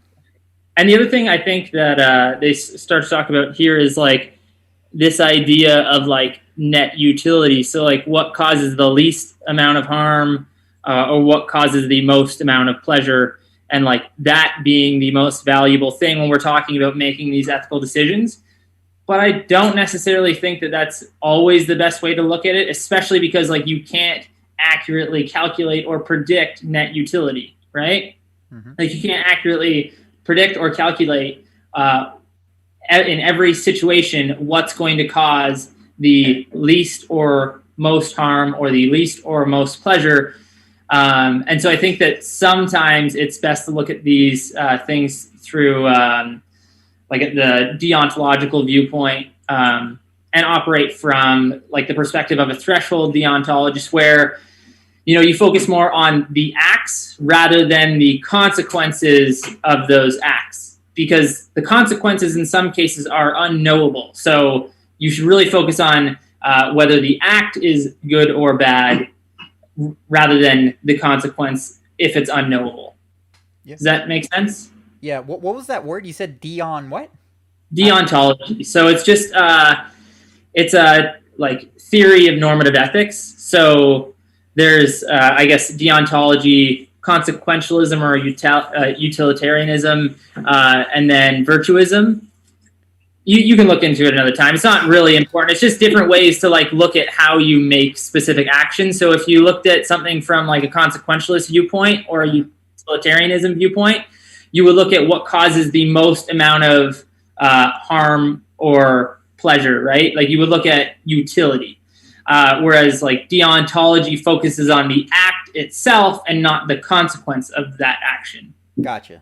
So one viewpoint, you look at that you focus on the consequence of the action, not the action itself. So in, let's say, a certain situation, if you killed someone, it could be justified if it causes less harm over here. Like you kill one person to save 5, right? Mm-hmm. Whereas a deontologist would look and say, no, it's not okay to kill a person, so I'm not going to kill this person. I'll let the 5 people die. And, you know, there's different, like, debates on that. And there's different, like, subcategories within those, like, ethical viewpoints. That's I only know the surface level of it. But again, when I think that we're talking about something like this, we can't always know, predict, or calculate the potential consequences of our actions. And so it's best sometimes to focus more on the action itself. And so in this case, it's like Mike thinks that you produce a lot of utility by killing animals. You produce a lot of pleasure for humans because they get to eat the meat. You maybe, those humans also derive pleasure because maybe they find it easier to make gains in the gym. But does that justify the action itself? I don't think that the utility can be calculated that well. So I would focus more on the action. I agree.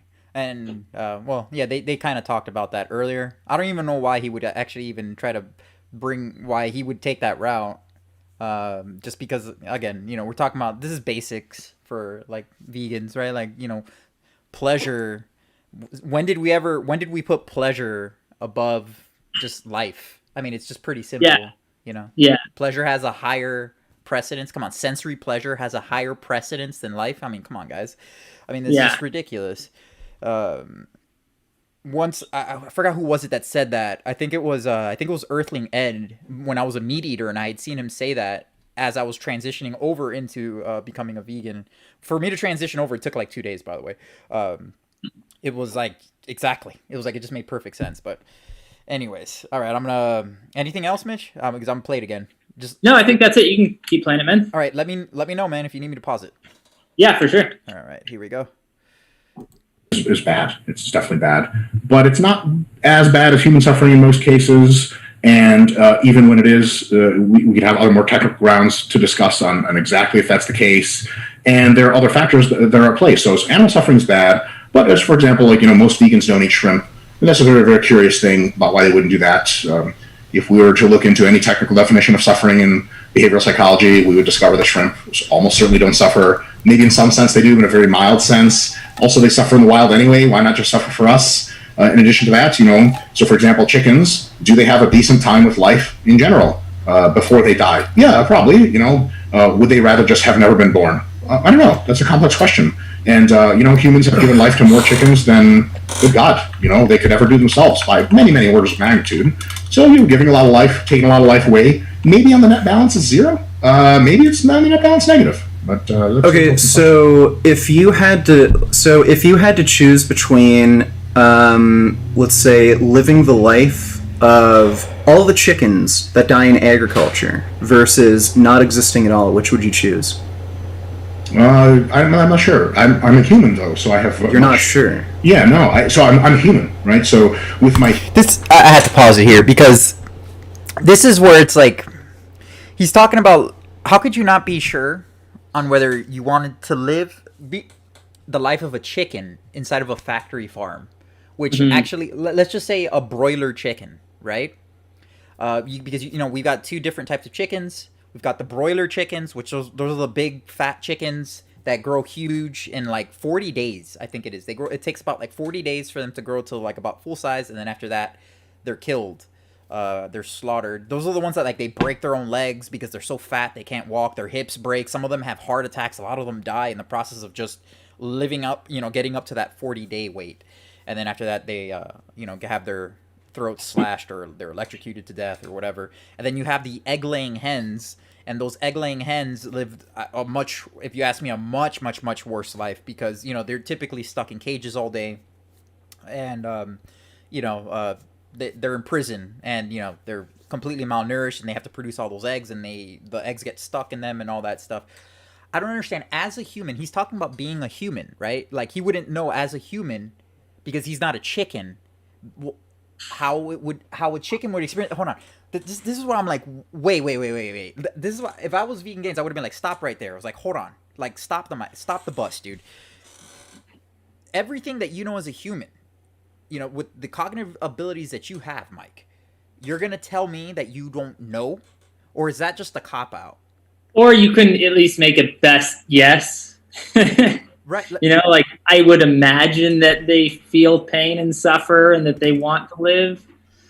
I would have pulled out some clips. I swear, I would have had some clips ready to go, and I would have been like, all right, okay, all right, Mike, let's check out some chickens in factory farms. I swear, I would have pulled out some clips from Earthlings or Dominion or something, and just been like, all right, yeah, let's check out these chickens here. Yeah, it looks like they're having a great time here, Mike. Yeah, look at these. Look at the chickens here. You know, with the their legs all broken. They can't even walk. They're living in these factory farms. Oh yeah, and look, watch as they get their throats slashed. I'm sure that just feels wonderful, Mike. You're gonna tell me that you would have preferred to have been born into that?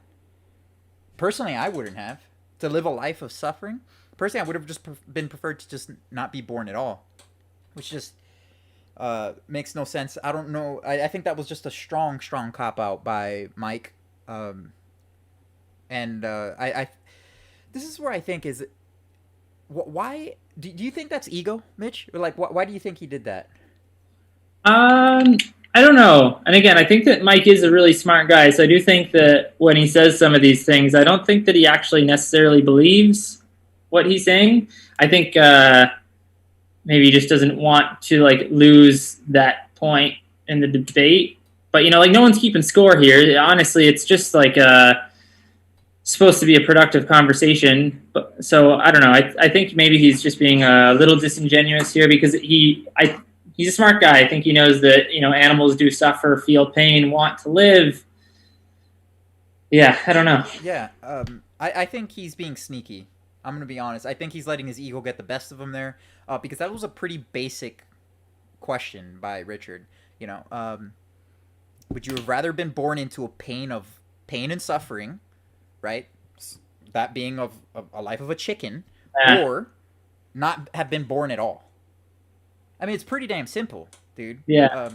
If those chickens can talk, I think they would say, no, I would prefer not to have been born into this shit at all, personally. Yeah, definitely. It's just doesn't make any sense to me at all. But whatever. I think that's just his pride. I think he is a smart guy, but I think he let his pride. I really think he's just letting his pride get the best of him because I think he eats chicken. That's what I think it is. I think he eats chicken breast. I know that sounds crazy, but that's really what I think it is. I think he's just letting his pride get the best of him. My sister Christina says he's prideful and doesn't want to admit he's wrong. Yeah, I agree. Mike is bright but lazy and ultimately likes the taste of animal products too much. I agree, Michael. Michael Askew. Thanks, everyone, for contributing in the conversation here. I really like all the convo. I do see everything that you're saying, guys. Just giving you guys a heads up. I've got it set up here, and I've got my screen, double screening here. Just a heads up. All right. Anything else, Mitch? I'm going to start it again. No, you can start it up, man. Cool. Here we go.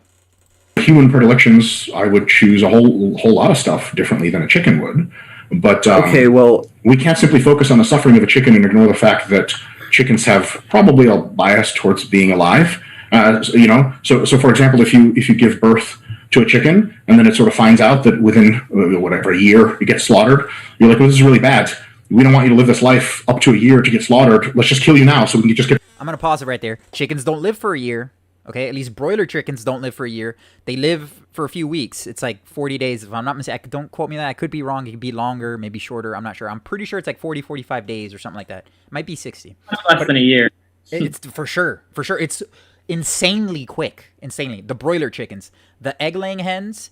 God, I did some research on that in one of the Greg Doucette videos that I made. It's only a few years. They live up to about, I think it's like 3 years, the egg-laying hens. And their life is fucking, I'm sorry, man, hellacious. I mean, it is horrible, the egg-laying hens. Those are really, really bad. I think the broiler chickens have it better than the egg-laying hens. I'd rather live 40 days of misery rather than 3 years of pain and death, and I mean, oh my god, pain and torture, having to birth all the what do they call it, like birth eggs, I guess you could say, or produce all these eggs. I mean, yeah. Hell no, for years on end, and have to deal with all those pains. A lot of them have osteoporosis and all these other issues. Screw that. But anyways, I'll start the video again. And you got something to say, actually, Mitch? Anything on that? No, I'd agree. Cool. Here we go. Get this over with and end all the slaughtering. That chicken might be like, can I at least live out the life? So if we're willing to accept that, then maybe there's a certain amount of happiness or something like that a chicken gets from living a certain amount of life, and then after it's killed, that balances the suffering is bad, the killing is bad. Maybe those two sort of cancel out. I'm not so sure. Just an open question. It's not immediately apparent to me that chicken on the net balance experiences exclusively suffering, or even just on the net balance suffering wins out. Maybe it does, and in some cases it does. Maybe that's a thing for us to focus on different kinds of farming. So, for example, people say, if you have open roaming or open pasture farming, then maybe the animals really fucking like what's going on, and then they die, and that's totally fine with them, much better than not being born. I'm not sure. A lot of these are just really hypothetical questions, as animals don't reason in such ways. You see, I have to stop right there, right? Because that was actually, to me, that's not hypothetical. Right, because those are actual arguments that one could have today because they can be applied today, right? You can have free-range chickens and all that stuff, but again, does that still justify? And notice what was the word that he said there? Their chickens. Oh, these are your chickens, right? So you have rights to kill them. It's like he's got like this. It's like this idea in his head, and maybe I think we were probably all guilty of it at one point that we have dominion, we have rights over everything on this planet. Like, we have the right to take your life away no matter what. Like, what the hell, dude? But anyways, and in regards to these free-range chickens, just because they lived a good life doesn't mean that you have to necessarily kill them. I mean, so what? I mean, and which, by the way, there's no such thing as a free-range chicken. I had a friend years ago who had chickens, and he had them in his backyard. I guess they were free-range, I guess you can call them. And this was a long time ago. This was back in maybe 2013 or so. And his chickens, you got to be like super careful with them because they will be eaten by other predators and even other birds. Like those we call them, what do they call, like those turkey whatever they call, turkey bolsters or something like that. It's like these big looking, what do they call those birds? Oh god, vultures. They look like vulture looking like birds, and they'll come down and swoop down and eat they'll take the damn chicken and eat it. It's hellaciously horrible. I mean, so you got to be like super careful when you have chickens out in the wild. There's a reason why there's no such thing as a free range chicken. All that advertisement bullcrap, is exactly what it is. It's absolute bullcrap. Anyways, actually, there's a good book that if anyone would be interested in any kind of literature. It's called Eating Animals by Jonathan Safran. I don't know if I'm pronouncing his name right, but Eating Animals is the book, and it talks about all these misconceptions and all these misguided labels that they put on animal products. For example, free-range chickens, right? I don't remember the exact requirements that you need to have to put on like that free range label, but it's something ridiculous where it's like you could basically have like a massive shed containing thousands of chickens, and as long as there's like a little 1 by 1 meter patch of grass that they have access to through a little door, they're considered free range. And it's like, what do you mean? So they're not roaming the pastures, they're like factory farm chickens which have access to like this little patch of grass, and most of them probably don't even get to it because there's so many chickens rammed into these sheds, right? So, and if you read the book Eating Animals, it talks about tons of these misguided labels and how they're used to make people feel a little bit better about their unethical food choices. And it's absolutely like horrendous when you read some of it. It's like, well, I guess you really can't trust anything that they market when it comes to animal agriculture. Exactly, because that's all it is. It's marketing. It's not marketing for animals. It's marketing for humans. Yeah, to feel better about these choices that they make, right? Exactly. And if it's if it's broiler chickens, and I've heard about that, like how they have that 1 by 1 meter opening for the chickens to get. Yeah, it's something like that. It's very small space. Yeah, I think that's accurate. If it's a broiler chicken, there's no way in hell that any of those chickens, they could only take a few steps. Yeah, most of them can't even walk because they grow so fast that like their body's way too much. And most of them have like broken legs. But they can't do anything. Like their welfare is just absolutely horrendous. And then on the package, it's like free range, and you instinctively think like, oh, these chickens were roaming in the pastures and just enjoying their little chicken lives. But even then, that wouldn't justify killing them. It's like, well, if they were enjoying their life, that's probably almost worse that you killed them because they were enjoying their lives. Like exactly. They didn't want it to end. It's almost like, you would have to say like, well, at least we put them out of their misery, Yeah. Honestly, that's what I would say. Oh, which by the way, Race Lever, he had a message retracted. I did not retract that. That was YouTube, by the way. I don't retract any messages. Just giving you guys a heads up. I don't know why it did that. I don't control that. That was YouTube doing its thing. They're ridiculous. So I don't know what you said there. I wish I could have read it, but yeah, it retracted your message, dude. Dude, I don't know if you're male or female or whatever. I'm guessing you're a guy because 91% of my audience is guys, or 92, I think, 91, 92, something like that. So giant sausage fest here at Natural Hulkster's channel. So I'm gonna anything else, Mitch? I'm gonna start it up again. No, go for it, man. Cool. Okay, well, you having the ability of like human intelligence and reasoning, like I can't remember what the exact figure is, but you're talking about billions of chickens each year being killed, and in nearly 100% of those situations, you're talking over 99%, it's factory farming conditions where they're fed antibiotics, they're specifically bred to grow as quickly as possible. They're usually, for a long period of time, unable to walk or walk very long distances because their bodies are just growing so quickly. A lot of the time they're in constant pain. How do we know they're a lot of the time...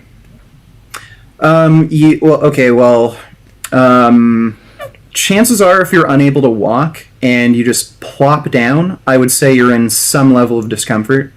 But once you're seated, maybe you're not in discomfort at all. Here we go. Sorry, my mic just fell. But anyways, this is like, what are we doing here, guys? Like, what are we doing? You're gonna tell me, oh my God, Mike, if I pull up the footage of a broiler chicken inside of a factory farm, and you see it, and it can only take 2 steps, and you know this thing is in massive amounts. The thing is show me a morbidly obese person, right? That feels good.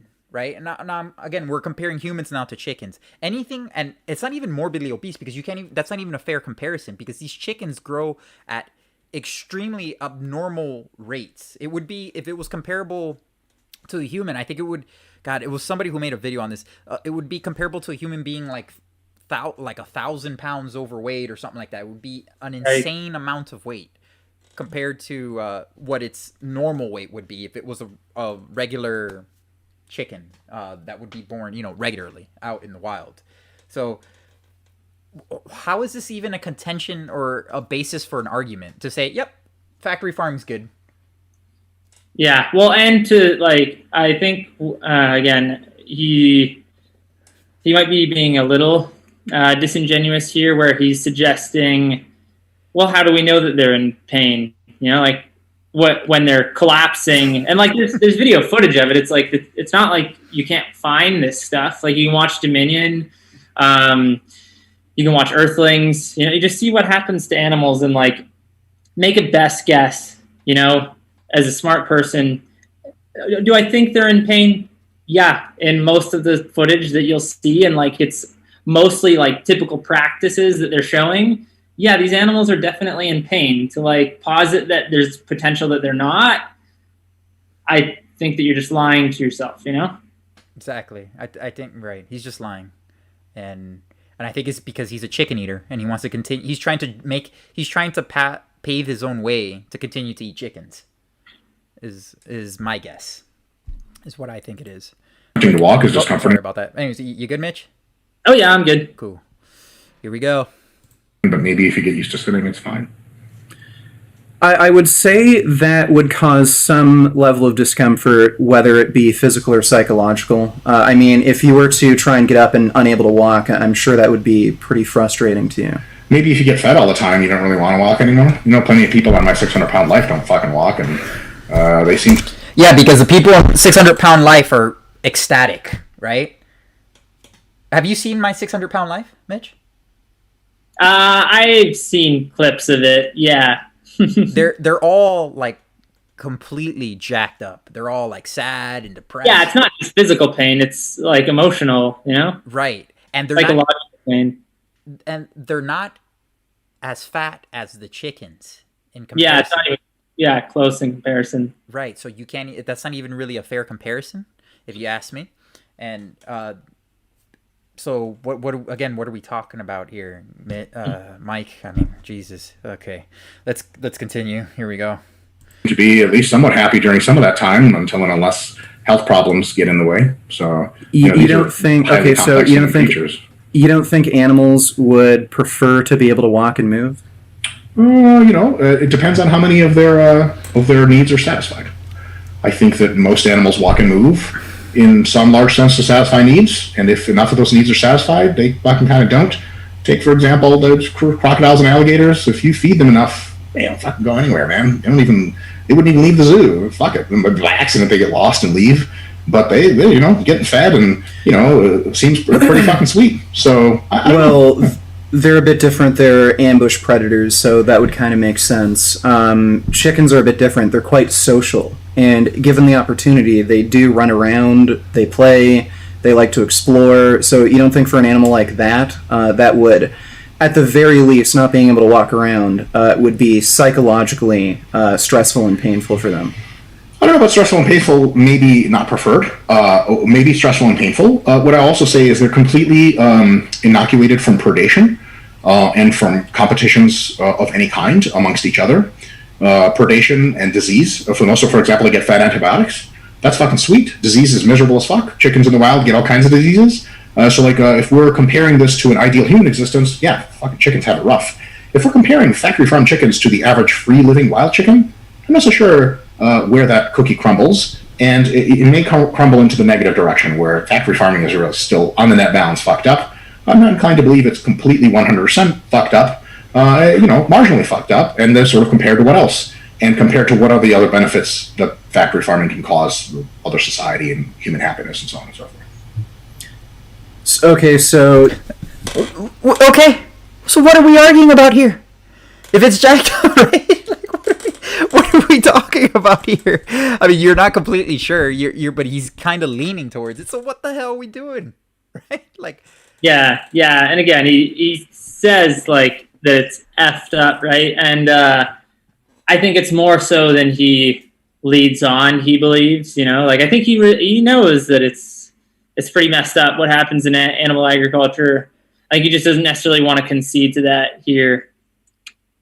Exactly. I mean, it's just I don't know. I can't help but just laugh at this because he's really just talking himself into a circle. I'm reading the comments here. Yep. Yeah. A typical Chad says, "Yep, animals definitely want to sit in one spot with nothing to do, just like humans live to sit in one spot, but minus the TV, phone, games, and sort of entertainment." It's such a stupid take. I agree, man. What are we doing here? And look, and we're talking about needs here. What about the need to live? Right? You're talking about needs here. As long as their needs are met, I guess it's okay to keep them here in this shit. This is another thing. The chicken has to piss and crap. They're pissing and crapping all over each other and vomiting, and they're dying next to each other. I don't think it doesn't matter if they're not humans. I don't think there's an animal that would like to live next to piss and crap of their own piss and crap, and another animal of their own species pissing and crapping all over each other. And not only that, living in it because they can't move because they're so fat, because they've been genetically bred to be so fat and large. So again, you're gonna tell me that's actually debatable, Mike? How is that even? Why are we even talking about this, Mike? That's a crazy idea to think that way. Yeah. Yeah, I agree. That's right. Eddie Spaghetti says chickens don't pee though. That's correct. They don't pee. They kind of just crap together, right? Because they only have one. They have what's it called, the. Oh really? Oh, the cochlea or whatever. Yep. Or cloaca, whatever. The cloaca. Oh, I actually didn't know that though. Huh. Right. Everything just comes out of one hole. Right. It's at the same time. Wow. Just poof. It just. Including the eggs, right? Yeah, including the eggs. Yep.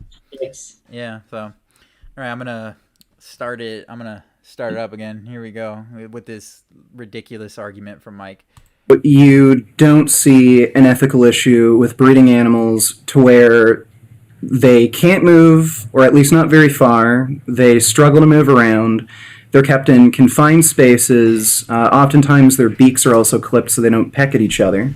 That's also an indicator of stress. I think chickens just peck at each other a lot, don't they? They peck competitively too. They try to kill each other pretty often. compete They sexual selection. no, they don't. They don't just peck at each other constantly like they do in industry. That's a behavior that they do when they're in tight Guys, we got an ad coming up. Just a heads up. I see it there. It'll confined be spaces coming and up. they're stressed. It's sort of like Easy things make Oh, life dear a Lord, pleasure. We got a guy in a. Thank you. Wonderful.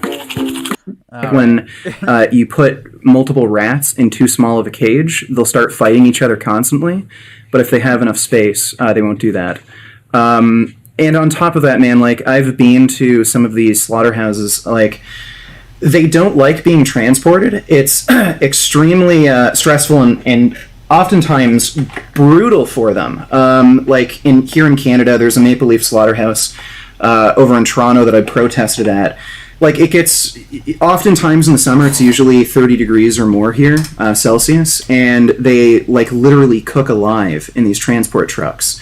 And a lot of them will just drop dead from heat exhaustion. In the winter, similar thing. They'll literally get frozen solid.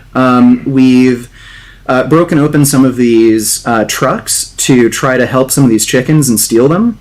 And sometimes you'll break them out. You'll find chickens that are dead, frozen solid, that have just frozen to death. The slaughterhouse workers, they also have to remove the chickens from these trucks, and they're scared. They don't want to get out. They'll grab at, like, whatever they can to, like, not be moved because they think at least they have some level of safety. They'll get ripped out, and oftentimes they'll get ripped out so violently that their legs get ripped off. So this stuff happens every day. And it's in a major city like Toronto. Maple Leaf's food, it's one of the, like, biggest chicken producers. Like, don't you think that sort of cruelty and harm is unjustifiable? I'm not necessarily convinced it's unjustifiable. It's certainly pretty cruel and harmful. I'm also not convinced that that's much worse than what chickens would experience in the wild. So it's 30 degrees Celsius. And Okay, well, we have as all the time. okay, well, we have an option. We have an option to not breed them and not have them exist. So if they would exist in the wild, which they don't, they're a domesticated animal, then they'd only exist in the wild, and if we chose not to breed them, that would generate less overall suffering.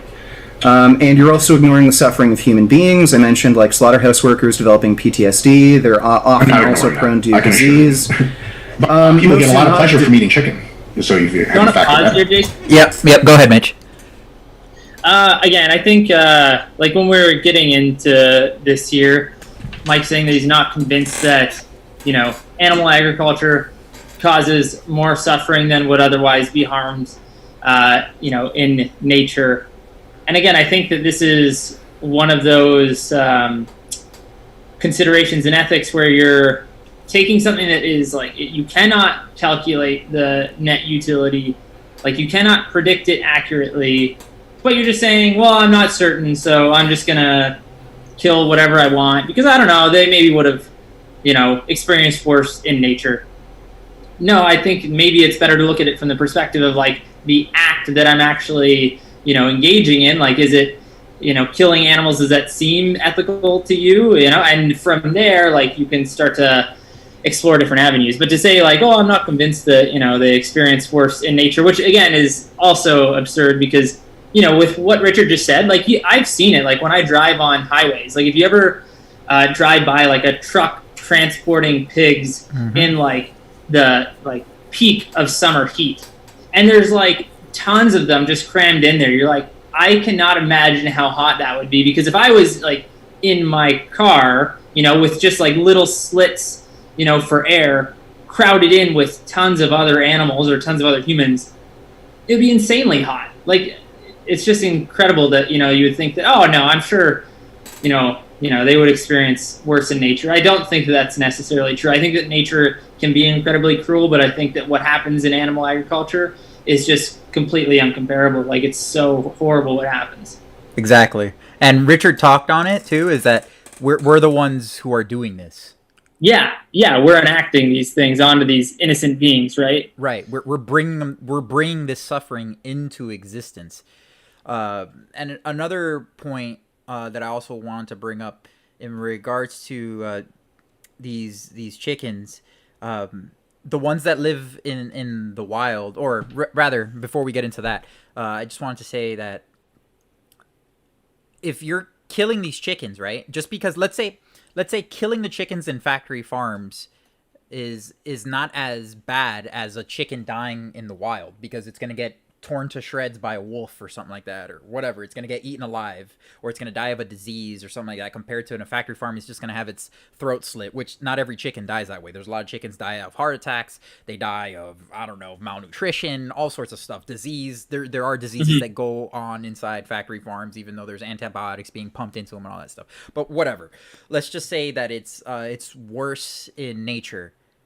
How are we making it any better? But by killing them, that's actually that's your excuse to making it better. I mean, what type of bullshit excuse is that, if you ask me? Oh, well, I'm just gonna kill you because it's, you know, well, it's less worse, you know. It's like saying, well, you know, I could kill you, but I'm not gonna kill you. I'm just gonna rape you instead, because it's not as bad as killing you. What, like, what the heck, dude? How about this? How about you just don't do neither, right? I mean, just because nature is worse doesn't mean that you have to play along the same lines as nature, especially when you're the one who's in control here, Mike. I mean, it just doesn't make any sense to me. And, oh, yeah, in regards to wild chickens, these wild birds that live in the wild, some of them, may have gruesome deaths or whatever, but at least they had a chance. And the chickens that are in the wild are actually the ones that were born into it are meant to live in the wild. Okay, they know what to do in the wild. If something happens, they may actually die. Something horrific might happen to them. Sure, absolutely. I'm not going to lie about that. I'm not going to debate that. That's a fact. However, but at least they have a chance, is what I'm saying, and they're meant to live in the wild. These chickens are not. The chickens that are bred, and the chickens that humans bred, and Richard brought that up as well too. So, yeah. Anyways, anything else, man? Nope, totally agree there. Cool. Here we go. We're gonna start it up again. Yeah, and a lot of people die because of zoonotic diseases, like the flu. A lot of these new strains of flu as well that have huge pandemic potential that could kill millions of people. That also comes from factory farming. The coronavirus that's killed, like 2 million people so far, that's come from us eating animals.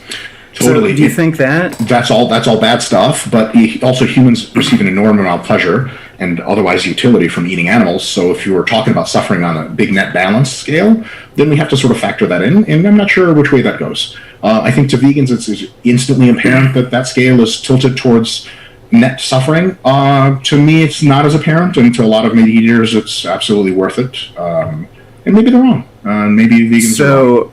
Okay, so suffering from it's just funny. He's like saying, I'm not convinced that it causes more suffering, so I'm just gonna cause harm.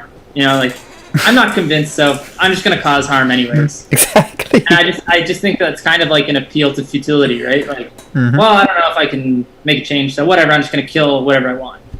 Exactly. Like, what are we talking about here? Yeah. Let's just nuke the whole planet. Yeah, and then a big point with like the zoonotic diseases, right? Like diseases which originate in animals and then can potentially transfer to humans, which we've seen this last, couple of years, right, with the whole COVID pandemic. And it's inevitable that like things like this will happen again. Like we're gonna have more diseases like this. Hopefully, we're more prepared for it next time. But the big reason that we're going to have them is because of the practices which, go on in animal agriculture and just like with people eating animals in different parts of the world in general. There's a reason that we have to like mass feed these animals antibiotics because the conditions that they live in are absolutely horrible, and it's inevitable that it's going to cause disease and like breed disease, and then that disease can transfer to humans. So I think when you look at this from like a global scale and you say, oh, I'm not sure if it causes more or less harm, like global scale. I don't think that we should look at it like from that perspective, because I would probably agree. Like, I don't necessarily think that like, we can calculate or predict these things accurately. I know which way I would lean, but, I don't think that's important. I think what's more important is like, is the act that I'm engaging in ethical? Not the concept, not necessarily like the, unknowable consequences of that act, but the act in and of itself, like killing and torturing or paying people to do that to animals. Is that ethical? I think that's the question which needs to be answered. Exactly. In today's current society, and I think, do you know if Mike is in Canada? He's in North America, or is he here in America? I don't know. I don't know if he's in Canada. I think he might be in the U.S. For U.S.? Okay. Well, either or. If you're in either nation, they're both developed nations. Yeah. So yeah. He goes to he goes to supermarkets, I'm assuming, to go buy, or in restaurants to eat food. And by today's society, in the society that he lives in, is it ethical? I'm going on, pretty much on the same premise or the same point that you're going on. Is it ethical for you to do this? I mean, it's a simple question, and I think it's a pretty simple answer if you want to be logical, especially with the knowledge that he has. I think that Mike has in regards to nutrition and everything. I know for him it would be like a piece of cake for him to go vegan. It wouldn't be a problem. He did bring up taste again, which we talked about this earlier. We're like, oh Jesus Christ! Like this is like one of the oldest like vegan. Anti-vegan cards that people play all the time, and I could not believe it. Actually, Mike brought this up that like, oh, it brings massive pleasure to people's life, so therefore we got a net positive, or we may. He doesn't say we do. He says, he always likes to say like we may have a net positive in whatever in the outcome of people's lives. So because we have a net positive in people's lives, and therefore it justifies the means, and that's going on to that whole philosophy style what you're talking about. It's that other side. What would you call it? Not what was it? Not that side, but like consequentialism or utilitarianism. So would that fall under consequentialist or? Yeah. So if you're looking at it as like, we kill all these animals, but it derives a ton of pleasure. Like you could account that as like being positive utility, right? But again, like pleasure doesn't dictate morality, and I also think that's kind of like a moot point, because if you look at like plant-based diet or the vegan lifestyle, you can derive a ton of like the same amount, if not more, like it's comparable in taste pleasure on either diet. You're just like, I think that he's just talking about like, there's a minor temporary inconvenience in having to do your research to figure out how to do it suitably. But it's like it's temporary and minor, and then once you do that, it's like I would say myself get no less pleasure on a vegan diet than I did on an animal product diet. Like I get just as much taste pleasure eating plant-based foods as I did eating animal-based foods, and there's so many different alternatives when you're on a vegan diet that it's like, okay, to say that like you're doing all this for taste pleasure, it's like just take the 5 minutes, do your research, figure out what you need to do to follow a plant-based diet, ideally, and then eat the alternatives when you want for the taste pleasure. Like you don't have to kill an animal at all to do that. And regardless, it doesn't justify the means. If you regardless, it doesn't justify the means, exactly. But if you think it does, it's still not an argument, because you can still get that same amount of pleasure eating plant-based. Exactly. I think plant-based foods taste much better. I think personally, and I'm not saying that as a vegan. I'm being honest. One thing I do, the animal products that I actually did like, be honest, like I can't even say like cheese pizza, like a Cuban sandwich or something like that. I would say it's good, but I'm sure there's a vegan version of that. But I'm not gonna lie, yeah, I like the taste of flesh. I like the taste of milk and cheese and all that stuff. Yeah, I like the taste of all that crap. But there's great plant-based products that are just as good. I think are much better. I personally like the taste of them much better. Some of the plant-based cheeses are delicious. I don't eat them because they're full of saturated fat. I don't eat them very often. Mm-hmm. Rather they're not healthy. They're not good for you, and I just don't like the way they make me feel. But they taste great. Yeah. Right? Anecdotally for me though too, like honestly, even when it comes to alternatives, like kind of referring back to when I wasn't vegan, I would say that like eating animal products kind of made me feel like crap in terms of like digestion, and like gassiness, right? But even eating like plant-based alternatives, I don't find that it bothers me nearly as much as animal products. So I mean, that's just anecdotal, but like to me, I feel better eating 95% plant-based, like whole food plant-based, and then the 5% of like, alternatives, as opposed to eating a more traditionally omnivorous diet. Me too. Yeah, I'm the same way. I eat pretty much all whole food, plant based, unless you consider soy milk not to be plant based, like completely whole food. Would you consider soy milk? Because there are some preservatives in there. I guess I wouldn't like necessarily consider that like a whole food, but Right. I still have it, and I don't necessarily discount that from my whole food plant based diet. Like I don't think it's necessarily bad for you just because it's maybe a little bit more processed. Right. Yeah, that's what I would say too. But I do have that. But anyways, yeah. Point is, you're not sacrificing taste when you go plant based, and just because something brings you pleasure doesn't necessarily justify the means to take Yeah. life away. If that were the case, then you're putting pleasure at a higher priority than life, which is absurd. That's insanity. That's sociopathic, if you ask me. Yeah. And again, in which case, if you did say that, then you would have to come up with the symmetry breaker for name the trait, which Mike was unable to do, right? So Exactly. So, yeah. I don't know why he said that, but all right, we're going to continue on here. Which, by the way, I got to take a mad piss. Like, I got to pee so bad. So I'm going to play the video, and I'll be right back in like 30 seconds or so. no worries. All right. Endemic diseases that kill millions of people, slaughterhouse workers getting PTSD, often chronic diseases like heart disease, diabetes, and certain cancers, they can be linked to high consumption of animal products, raising saturated fat, cholesterol, things like that. On top of that, these animals suffer tremendously. And you're taking away the life of an animal that has a wish to live. Like, you think that all of that is justified? Okay, you're not sure if animals have a wish to live, like chickens, cows, pigs. I don't think they probably have an understanding of the concept of life.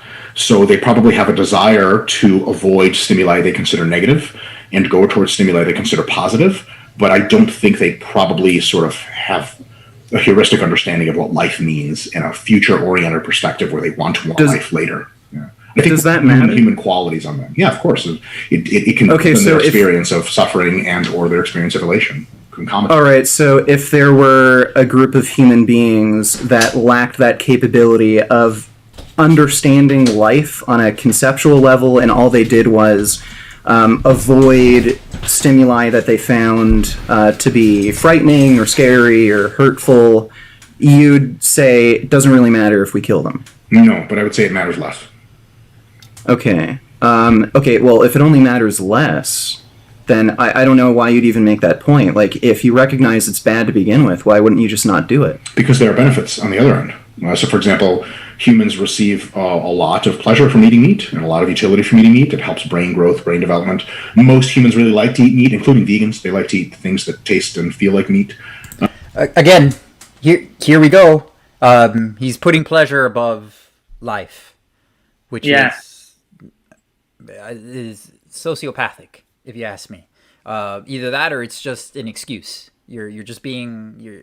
I don't think he's that dumb. I don't think that Mike is really that dumb to put life below pleasure, taste pleasure. Actually, yeah, you did just you missed the one part where he said that he doesn't necessarily think that animals have a desire to live. I think he said something along those lines, and that they can't really suffer. And he does go into this a little bit more, talking about how because they're not self-aware, or he at least believes that they're not self-aware, so they do not have the capacity to suffer, which I don't think is true. That's 100%. Yeah, it's funny, man. If that were the case, then animals would have never gotten to the point of they wouldn't exist.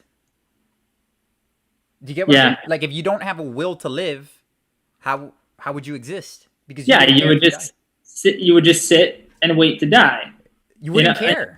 Yeah, or like I think he makes the argument that like they have animal instincts, which basically tell them to go eat and to do things, but it also tells them that they want to live. Exactly. I think that all animals want to live. So yeah, I would say so. They're not necessarily, what he's saying is that he doesn't know if they're just reactionary, like plants, like how plants are just reactionary. So I guess that brain and central nervous system is not contributing to their will to live or not want to feel pain, I guess, Mike? I mean, come on, man. I mean, what are we doing here? All right, I'm going to play it again. Here we go. Yep. And the amount of pleasure that meat eating brings humans is significant. In addition, because meat is pretty well linked to, so higher diets and meat over our evolutionary timescale are pretty well linked to enhanced cognitive abilities and enhanced ability to feed a developing brain, then eating meat is probably one of the things we can sort of thank for our current modern development and the ability to even contextualize and discuss rights. And potentially, if humans end up sort of escaping their Earth's atmosphere and going to Mars and turning into AI and colonizing the rest of the universe, we can say eating meat had a pretty decent role to play in that eventual. Disagree 100%. I think he's going off of this whole theory that eating meat developed our brains to the size that it is. I don't know if he's hinting on that, or if he's just saying that because we ate meat, it's what gave us the capabilities. Again, it's like these. I don't understand why people do this. They give all this credit to being a meat eater or eating meat, that somehow it's responsible for giving you all this intelligence and strength and power and all this stuff, when there is absolutely zero proof of that. So yeah, well, and again, I think that this claim, like, one, there's no reference necessarily provided, but my understanding is that, and again, like, I don't have a source here to cite either, so, like, believe me or not, and I don't care. I'm not saying that this is fact, but my understanding was that our brains started to grow more rapidly once we started cooking food, we're able to consume more calories, not necessarily when we started eating meat. Like, that wasn't the determining factor, from my understanding. But again, I don't have a source here, so if you don't believe me, I don't care. You can look it up on your own if you want. Exactly. I mean, and not you. I mean, just like anyone watching. I know, man. I got you. But what I'm saying is, give me an imagination. Eating meat gave Michael an imagination. But yeah, I think you're right. I haven't. God, there was one study. I read it. God, must have been like 2 years ago. Yeah, it was the cooking of tubers. What I think it was. Yeah, like starchy vegetables, right? Right, and that's really what helped enhance. It was just the availability of calories is really what it was. It wasn't necessarily. That's my understanding. Right, exactly. And humans are not good hunters anyways, so I don't know if he's talking about like prehistoric times or something like that. If he's talking about like when if he's going off of like when humans developed from monkeys. I don't want to turn this into a religious debate or anything like that, or whatever, but I'm just saying what the evolution of humans, this same human that we are has been around for, if I'm not mistaken, it's been 200,000 years, if I'm not mistaken. Is it? Yeah, I think it's been 200,000 years. The Homo sapien has been around, and what developed, and mind you, and then there were other types of homos or whatever you want to call them, Homo erectus or whatever. Don't quote me on that. Again, I know I'm completely off on this. Whatever, right? Before that, which are very similar to the Homo sapien that you see today. What caused the brain development itself, it was just the sheer amount of calories that we were able to consume from eating plants, from what I know, because humans are horrible hunters, like really, really bad. We're not built for it, psychologically or physically, if you ask me. We don't see people outside hunting birds, but if you let a cat out, they're little, predacious, crazy little animals, man. They'll snatch up a mouse or a bird in an instant, because it's in their nature to do so. Yeah, I'm not sure. Have you read the book *Sapiens* at all? I have not. No, have you heard of it or no? Yeah, I've heard of *Sapiens*. Yeah, it's actually a pretty good book, and again, like, whether, like, if you're religious, maybe you don't necessarily believe in evolution. I'm not here to like take a stance on that. Mm-hmm. But it is a pretty interesting read, talking about the development of humans. And there's one point where, humans weren't necessarily the greatest hunters. But one thing that we used to actually do was we would burn down forests. And this is like one of the ways that we used to hunt, which kind of goes to show like, man, maybe we weren't really good at hunting, like, because this was our alternative. We would burn down forests, like once we, acquired the ability to create fire, burn down forests to just wipe out all life in the forest, and then go and pick up the food that was, left around. Because like I guess we were just horrible hunters. Yeah, dude, can you imagine? Yeah, like, you're so funny, man. Yeah. First of all, I can't imagine a life without internet. Can you imagine that? You have no idea how to do any of this. You have to learn everything hands on, and then on top of that, you don't even have tools. You may have a stick, and then you have to like carve that stick and then try to kill something. It's just ridiculous, man. To think that we're like these great, hunter gatherers. We never have been. Yeah, it's not to say that we couldn't hunt, but it's to say like physiologically we weren't necessarily designed, for that. Correct. Like if you look at the human body just in general, like until we developed the ability to throw things and like use tools, we were probably the worst hunters like on the plains. I can guarantee it. I can 100% guarantee it. That we're the worst. I can guarantee it. I mean, you do what you have to do back then, so whatever. Anyways, all right, we're gonna keep on trucking here. Yep. Here we go. Sort of almost ecstatic way of existence where trillions of organisms cooperate meaningfully through the universe, and meat sort of pushed that rocket ship just a little bit out. And if we didn't have meat, maybe we wouldn't be as intelligent enough to get to various levels of culture to give rise to modern society, even just modern society by itself. Every time someone in Thailand eats like a shrimp sandwich or something like that, they get a huge kick out of it, and that's the antithesis of suffering. That's actually elation. And if we're going to be doing net balance suffering calculations, we have to throw them in there. I'm not here to say I know which way those calculations go, but when vegans try to present them as obvious, to me they're not obvious. To me, it's not obvious that every kind of animal slaughter is a net negative. Now, I would say that pork, that's probably net negative. I'm just guessing. Cows probably net negative. Chickens, it's probably on the margin there. Fish, I would say, is probably net positive. And everything down after that, shrimp, insects, etc. I think it's probably net positive to eat them. So yeah, it's a shades of gray to me. Shades of gray, and the only reason I take issue when ethical vegans present this as black and white, I don't think it's black and white.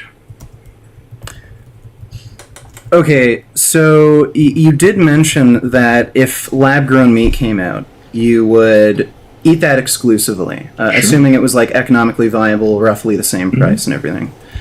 So let's say lab-grown meat didn't taste quite as good. Do you think that's a justification to, slaughter trillions of animals each year, cause their suffering and death, and the life of a sentient being that, in all likelihood, has a wish to live, or at least tries to avoid dying? Avoid dying. I would also. I'm not sure to what degree or how we're defining sentience. Certainly not in the human way. Well, sentience is just the ability to have a subjective experience. That's all sentience is. Yeah, that's a huge wormhole down. Probably outside the scope of this discussion as to what extent various animals can have that. Maybe hardly at all. Yeah. Well, you could argue like bivalves, certain creatures that don't have brains. You could make a pretty solid argument that they're not sentient. But I mean, if we're talking about cows, chickens, pigs, they what about have a brain, nervous system. Sorry? What about shrimp and fish? Fish certainly are sentient. They have a brain, nervous system. They have a brain, nervous system. They can respond to noxious stimuli. There's quite a lot of research on whether or not fish can feel pain, and that research is quite conclusive. They also have social structures. They have mating rituals. Like, they do a lot of things that just obviously... Do they have a self-identity and a life history memory? Because that also I don't know, and sentience. I don't see why that matters. If you have an option to just not kill a creature that could potentially experience well-being, and at the very least avoids stimuli that it sees as harmful, why would you choose to kill it if you have an option not to? And through just a minor inconvenience to yourself. Like, I mean, rather than buying burgers at the grocery store, get Beyond Burgers or Impossible Burger. Like, especially the Impossible Burger. Tastes exactly the same as normal meat. Like, why wouldn't you just, reach a foot to the right at the grocery store if you could avoid contributing to that sort of thing? Yeah, so why would someone be okay with that? Is because they don't believe that those animals experience anything like a human level of suffering, and a variety of... Did you notice what he did there?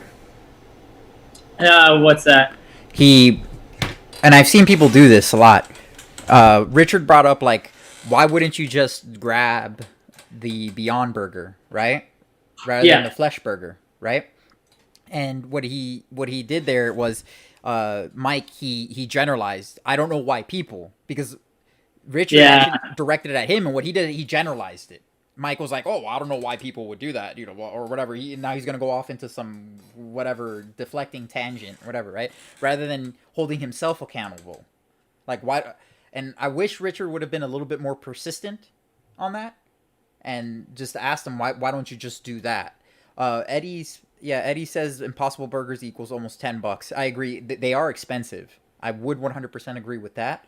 That these Beyond Burgers and all that stuff, they are expensive. However, and this has to be taken into account, the reason why beef burgers or cow flesh burgers are less expensive is due to government subsidies.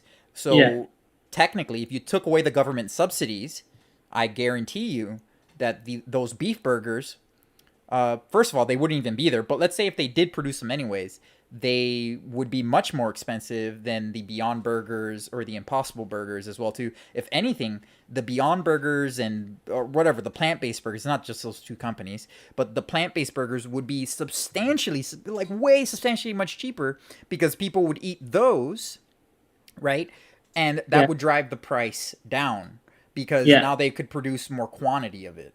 So when you produce more quantity of it in this type of society, typically, and you can sell more of it, your productions typically will go down. So it's the subsidies that are keeping those animal products cheap, and that's just or cheaper, or it appears to be cheaper, but it's taxing the people on the back end. So that's why that's like that, Eddie. It's not because. So just throwing that out there. Yeah, it's not really cheaper. Which, by the way, over there in Canada, you guys use Canadian dollars. It's called the loonie, right? That would be $1. Yeah. It's a loonie? A loonie. Yeah. Do you know what $2 is? No. 2 loonies? I don't. No, it's a toonie. It's a toonie. Yeah, that's hilarious. Yeah, man, it's so funny because, like, obviously, I grew up, calling, the $1 coin that we have a loonie, right? And for me, that was just normal. And, a toonie is the $2 coin. But it's just such a funny name, a loonie. And it's funny because it's like I guess it's like a Canadian goose or like a loon looking thing on it. It's so funny. That makes sense. I had no idea. Okay. So it's just funny that, they're called a loonie, right? That's hilarious. Do they accept American dollars over there in Canada? I don't think so. I don't think that any places would accept American dollars. You would have to get it exchanged into Canadian. Okay, cool. So loonies, and do you guys call do you guys have five? I'm guessing $5 and $10 and 20 bills and stuff like that, or? Yeah, 5s, 10s, 20s, 50s, 100s. Yeah. But I'm pretty sure it would all be the same after that. It's just our coins are a little different than yours. But what do you call a five? We call it $5. What do you say? Canadian dollars? We would just say $5. $5 or $5. $5. I don't know. Okay, same thing. Yeah, I didn't know that. But anyways, yeah, we're going off topic. All right, we'll go on. It's almost 7:30. I know you said you have to you have a call at 8, right, Mitch? Yeah, around then. All right, so we'll keep watching for a few more minutes, and after that we'll wrap up. Yeah. If you want, I can kind of summarize what he goes into here a little bit. For the next little bit, he gets really concerned with particular definitions. So they're talking about sentience, and to be fair, there is that hierarchy of sentience where it is a spectrum. Some beings are more sentient than others, I guess you could say, right? But he gets really concerned with the particulars and the definitions. But again, I think that it's more a means of deflection. I don't necessarily want to say that it's bad, so I'm just going to say that it's all on a spectrum. And I'll say that it's it's bad, but it's less bad than other things, And so he just gets into, being very particular with his definitions and using that as a way to I can't really say for certain because we don't have a straight up definition for sentience, even though, Richard provides one, which is just the ability to have a subjective experience, right? So Mike is trying to keep it. It seems like, and I know it sounds like I'm picking on Mike, and that Mitch is picking on. We're not picking on Mike. Like I said, we respect Mike. You know, for I honestly I love his content. I think that he's a wicked smart dude. And honestly, like, because like you wouldn't be able to like continue these conversations and be able to deflect so well unless you were just wicked smart. I know I couldn't do it. But yeah, like again, what he's saying, they are just deflections. Yeah. It's not like a. I don't dislike Mike. I think he's a great dude. I think he's smart, funny. Yeah. Yeah, I agree. I think at the end of the day, these are just deflections for like the specific argument. Mm-hmm. And I think a lot of this is, and I always go back to this when it comes to a general public, the general society.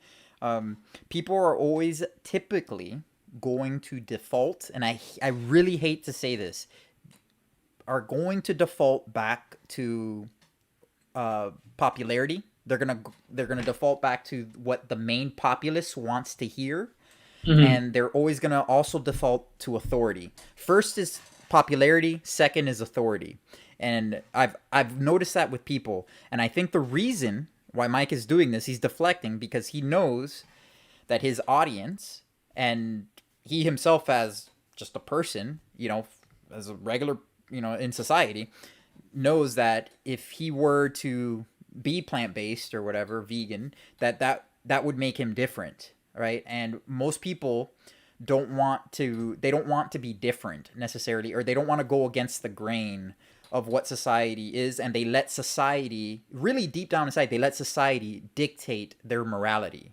And then they use authority to back that up. Well, it's legal, so it must be okay. And then they come up with all these like crazy little rabbit hole theories and philosophies like he's doing here. Oh, well, you know, sentience is not a subjective experience. So I'm not sure if that's what it is. You know, I can't tell if the chicken is suffering or not inside the factory farm. I'm doing it a favor by killing it, you know, and bringing it into existence. And so, I mean, we're just getting ridiculous here. Yeah, Christina says that he can't lose his tribe, and I would agree. So maybe he's not saying this, but this would be saying that he's just a dishonest person, that Mike is a dishonest person, that he's possibly saying this is because, and I would say I have a basis to make this claim, he doesn't want to lose a portion of his audience. Or he doesn't want to lose a portion of his customers to say that, hey man, it is unethical to eat animal products. It is. But I don't think you have to say that as a trainer, personally. I'm not saying you have to. All I'm saying is you don't have to contribute to it further, and you can be that example for others to follow, is what I'm saying. And if someone asks you about it, then answer honestly and be like, yeah, I think it's unethical to do it, and that's it, and just leave it at that. I don't think you have to become a vegan activist. I think there's a lot of vegans that believe that every vegan has to be a vegan activist, and I strongly disagree with that. I'll use you, Mitch, as an example. Your content is primarily based on training, and that's great. That's a good thing. I don't see anything wrong with that. Somebody actually said that they wanted you to change your channel to Vegan Fitz, right? Like, what the? Yeah. Like, what? Well, just because like they thought that I guess plant-based gave the idea that like, you know, I don't support veganism or something along those lines. When really it's like, no, I just had the name Plant Based Fitz for like, you know, the last 5 years on Instagram or whatever. And so when I made my YouTube channel name, I just made it that, and I just don't want to change it because like it's been like that forever. So I just don't feel the need to change it. And you know, like I've been open in all my videos talking about being vegan. So you know, if anyone's thinking that I'm against veganism or like that that I'm not an actual vegan, well then like you just don't watch my content. In which case, like you know, you're making an uninformed claim. So exactly, which is it's just being silly. I think which is like your name is Natural Hulkster. It's like, oh, that has nothing to do with veganism. Are you even vegan? It's like, yeah, like my name's Mitch. Like because my name isn't vegan, Mitch. Like that means that I'm not vegan. That doesn't even make sense. Right? It's ridiculous. I don't think it has to be everything that encompasses your life, and I think that's fair. And I don't think everyone has to be an activist to be a vegan. I think you can be a vegan, and by you simply being a vegan, you're already doing your part. Yeah, you know, that's it. That's it. You don't have to do much more than that. And by you simply doing that, I think you are typically, especially if you're a content creator, you do inspire or at least motivate people to maybe follow or take something away from you, some type of value from that. And part of that may be following a plant-based diet or being vegan or whatever the case may be. And I don't think there's anything wrong with not preaching it all the time, personally. Yeah. So, Race Lever, who was it? Was it Michael or Mitch or someone said something? I don't know who. I couldn't see it. It scrolled by. Someone says that I was being familyist or whatever because I was commenting on my sister's comment. So I thought that was funny when you were saying something. I don't know. It scrolled by already, but whatever. Anyways, do you want me to fast forward through this, or do you want me to skip through it? Yeah, you could probably skip through some of it because honestly, he just goes into, like, I have it written here, like he goes through like awareness, consciousness, and sentience being like spectrums, and because they're spectrums, we can't make definitive decisions on right or wrong, and therefore, like, the morality involved with veganism, you know, it's based on the spectrum, and it's all just, I think, deflections, to be honest. I agree. And so look, okay, so if we go with the lowest form of sentience besides plants, right? So insects, right? Mm-hmm. We could all agree, insects, right? That would say that's probably the lowest, or maybe bivalves, like what do you call those? Oysters, right? Or bivalves, or what's that other thing? Like mussels. You know, that they don't have a brain or a central nervous system. Yeah. Past those, because I don't even want to argue about those. I would say I don't really have an opinion on oysters or mussels or whatever. If it doesn't have a brain or central nervous system, if someone wants to eat them, it's not really causing any pain, I guess. I mean, I don't see the issue personally. I don't know. I have to look deeper into it. I haven't done any research on it. But let's just say something like insects. Like, we can agree that insects have some form of sentience, right? Yeah. Because they do. Regardless, does that mean that even though they're on the lowest totem pole of this sentience spectrum, right? Does that mean that we should now start holocausting them or start mass producing them and then killing them when we don't have to? I would say no. Exactly. So what are we talking about here? Regardless of the spectrum, like, what are we doing? Like, what are we talking about here? It doesn't matter. Yeah. Even if I do remember when he did bring that up, I was like, so it doesn't matter whether there's a spectrum or not. You don't need to do it. So yeah, and again, it's not the comparison of, like, you know, I don't even understand the argument. It's the idea that, like, is it okay to kill these animals or not? It's like that. The simple question is the, you know, value of that animal, like, more than the value of your temporary taste pleasure? Like, that's the question that needs to be answered. And in most cases, it's, yeah, like, life is more important than temporary taste pleasure, right? And, like, at the end of the day, like, that whole taste pleasure argument doesn't even necessarily hold up, because, like, you can get alternatives that are equally as tasty. Now, but if for some reason you couldn't find an alternative and, like, meat was the only thing that you found was, like, the most tasty, like, gave you the most pleasure, the question remains, like, is life more important than your temporary taste pleasure? That's the question that needs to be answered. Exactly. Other than that, like, everything else is just noise, right? Exactly. 100%. And I wish Richard would have kept it, you know, would have drilled that in a little bit further, I guess. But then I understand. He tried a few times. He definitely tried a few times. He did. Like I said, I don't blame Richard. I think Richard did a great job. I really do. Yeah. I think he did. And when you're dealing with someone like Mike, who's putting up all these smoke screens all the time, you know, and he's grabbing at straws all the time, it's hard to like keep someone like in track. It's a giant pain in the ass. But yeah. I mean, credit to Richard. I just wish he would have tried a little bit harder if he would have seen it. I mean, I'm sure it was a learning experience for him. He did say that this was the weirdest debate he's ever had. So what I'm going to do is I'm going to fast forward a bit here, Mitch. I know you got to go here in the next few minutes, right? Yeah, no worries. I got a bit more time. It's no big deal. I think he starts to talk about the other points which he wanted to bring up, which was pollution, ecological rarity, and then value generating potential. Cool. I'm gonna fast forward to that. Yeah. Go ahead. You can try to find it there. Okay. We have other reasons. Equating humans and chickens and saying, well, okay. What if the torturing of that non-person brings the parents an unbelievable, just sublime level of infinite? We already talked about that. Yeah. They're going over like the same arguments for the most part. Yeah, they're going into a circle argument here.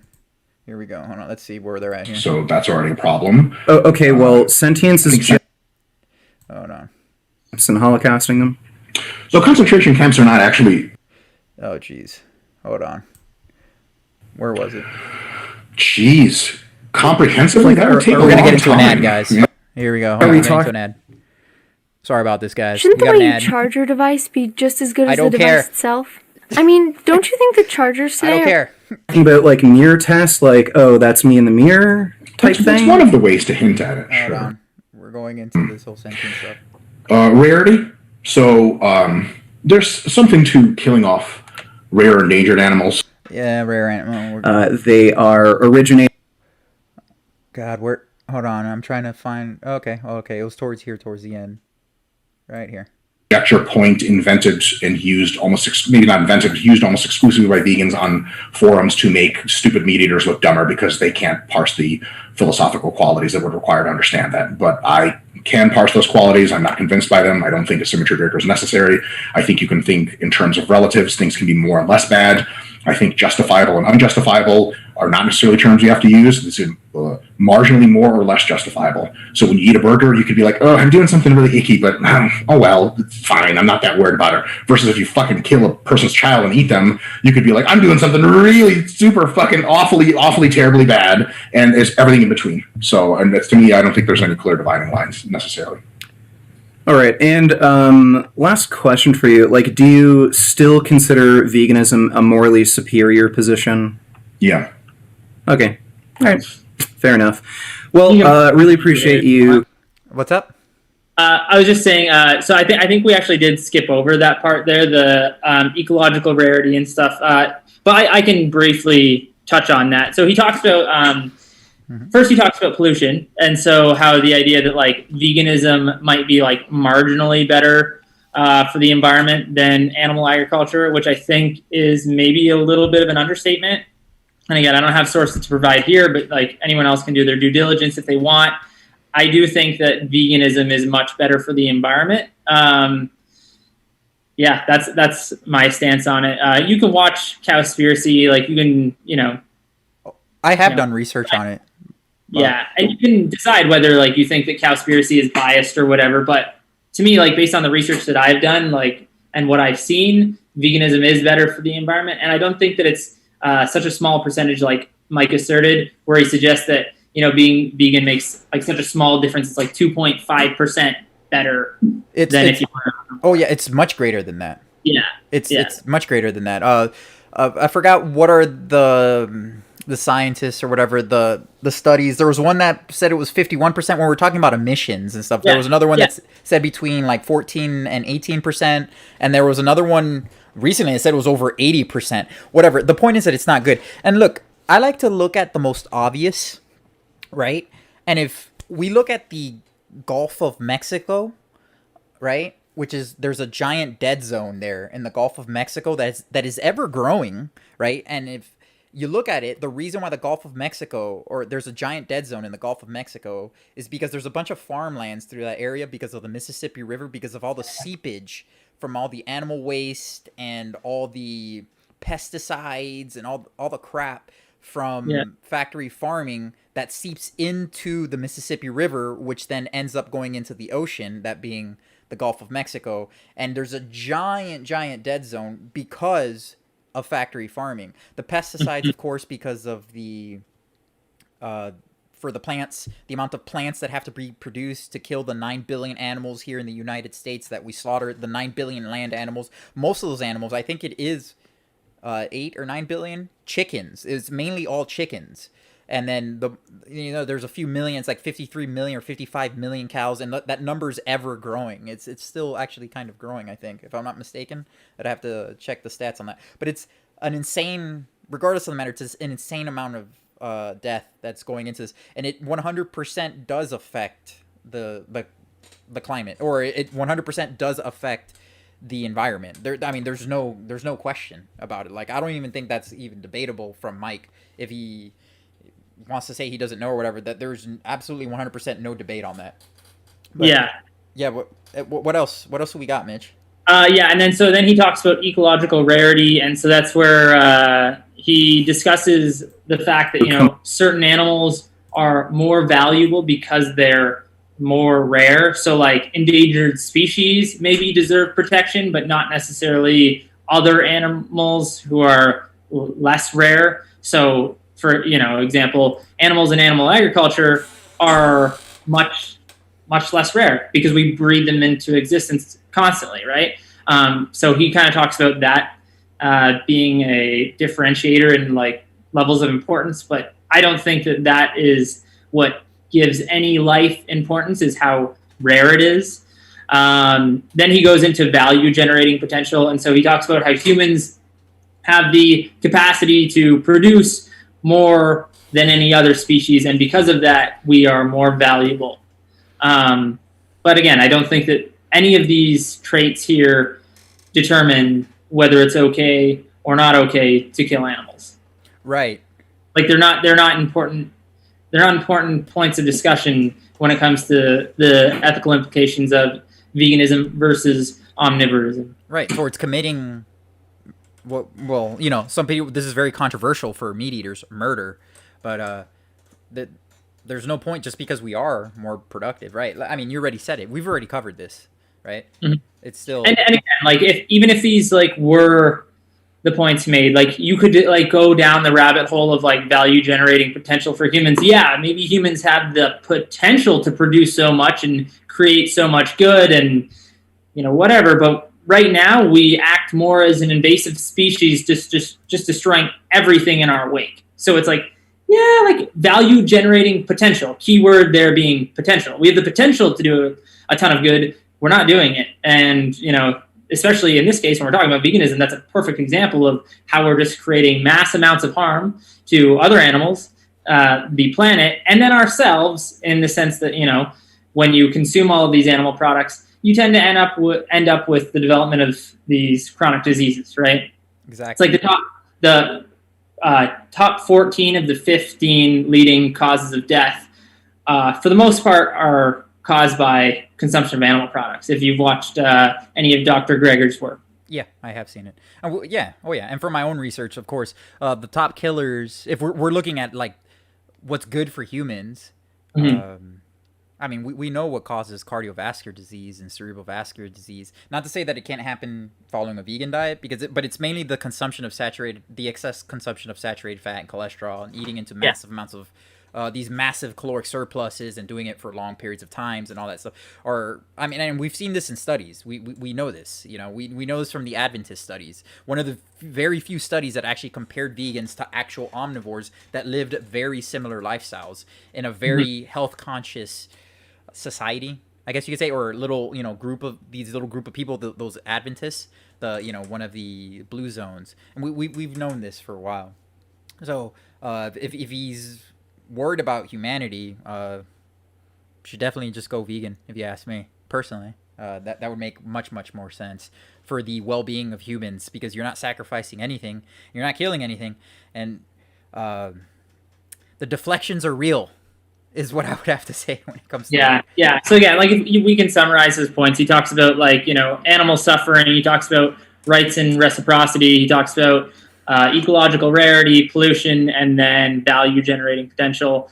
And all of those points, I think, I think he did a really good job explaining them and like going over them. But I don't think that any of them were significant arguments against veganism. And he does concede to that at the end when Richard asks him, do you consider veganism, morally superior to an otherwise omnivorous lifestyle, right? And he says, yep, it's better.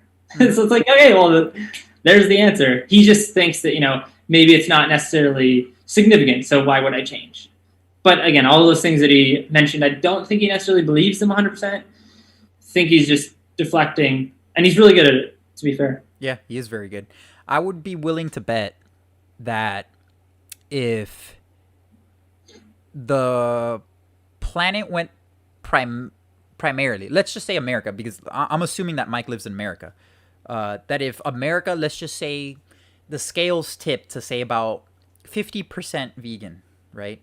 And there was a mass demand for vegan products and plant-based products and whatnot and all that stuff, and plant-based consultations, since he's a coach and all that stuff and sells programs and all that stuff, then I'd be willing to bet that he would go plant-based or vegan. I'm willing yeah, I'll stand on that mountain and gladly say that because again, I think he's really appealing to society, and I think he's allowing society to cloud his judgment. Not his judgment, but he's using it as an excuse, but he's just not saying it. And I think he's being dishonest in that regard. I think he's only doing that because society doesn't accept veganism. It doesn't accept veganism, and he knows if he goes vegan that it could potentially harm his business, and he doesn't want to take that plunge because he has the intelligence to do so. He can do it. I know he can do it. No problem. Not that it takes much intelligence, but he understands it at a deeper level. Like at a deeper level, he understands why people won't go vegan, right? Which gives you like an even deeper understanding. You know what I'm saying? So that's what I think he's doing, and I think he's being dishonest in that regard. So I think that pretty much wraps up this discussion, Mitch. Unless you got anything else to add?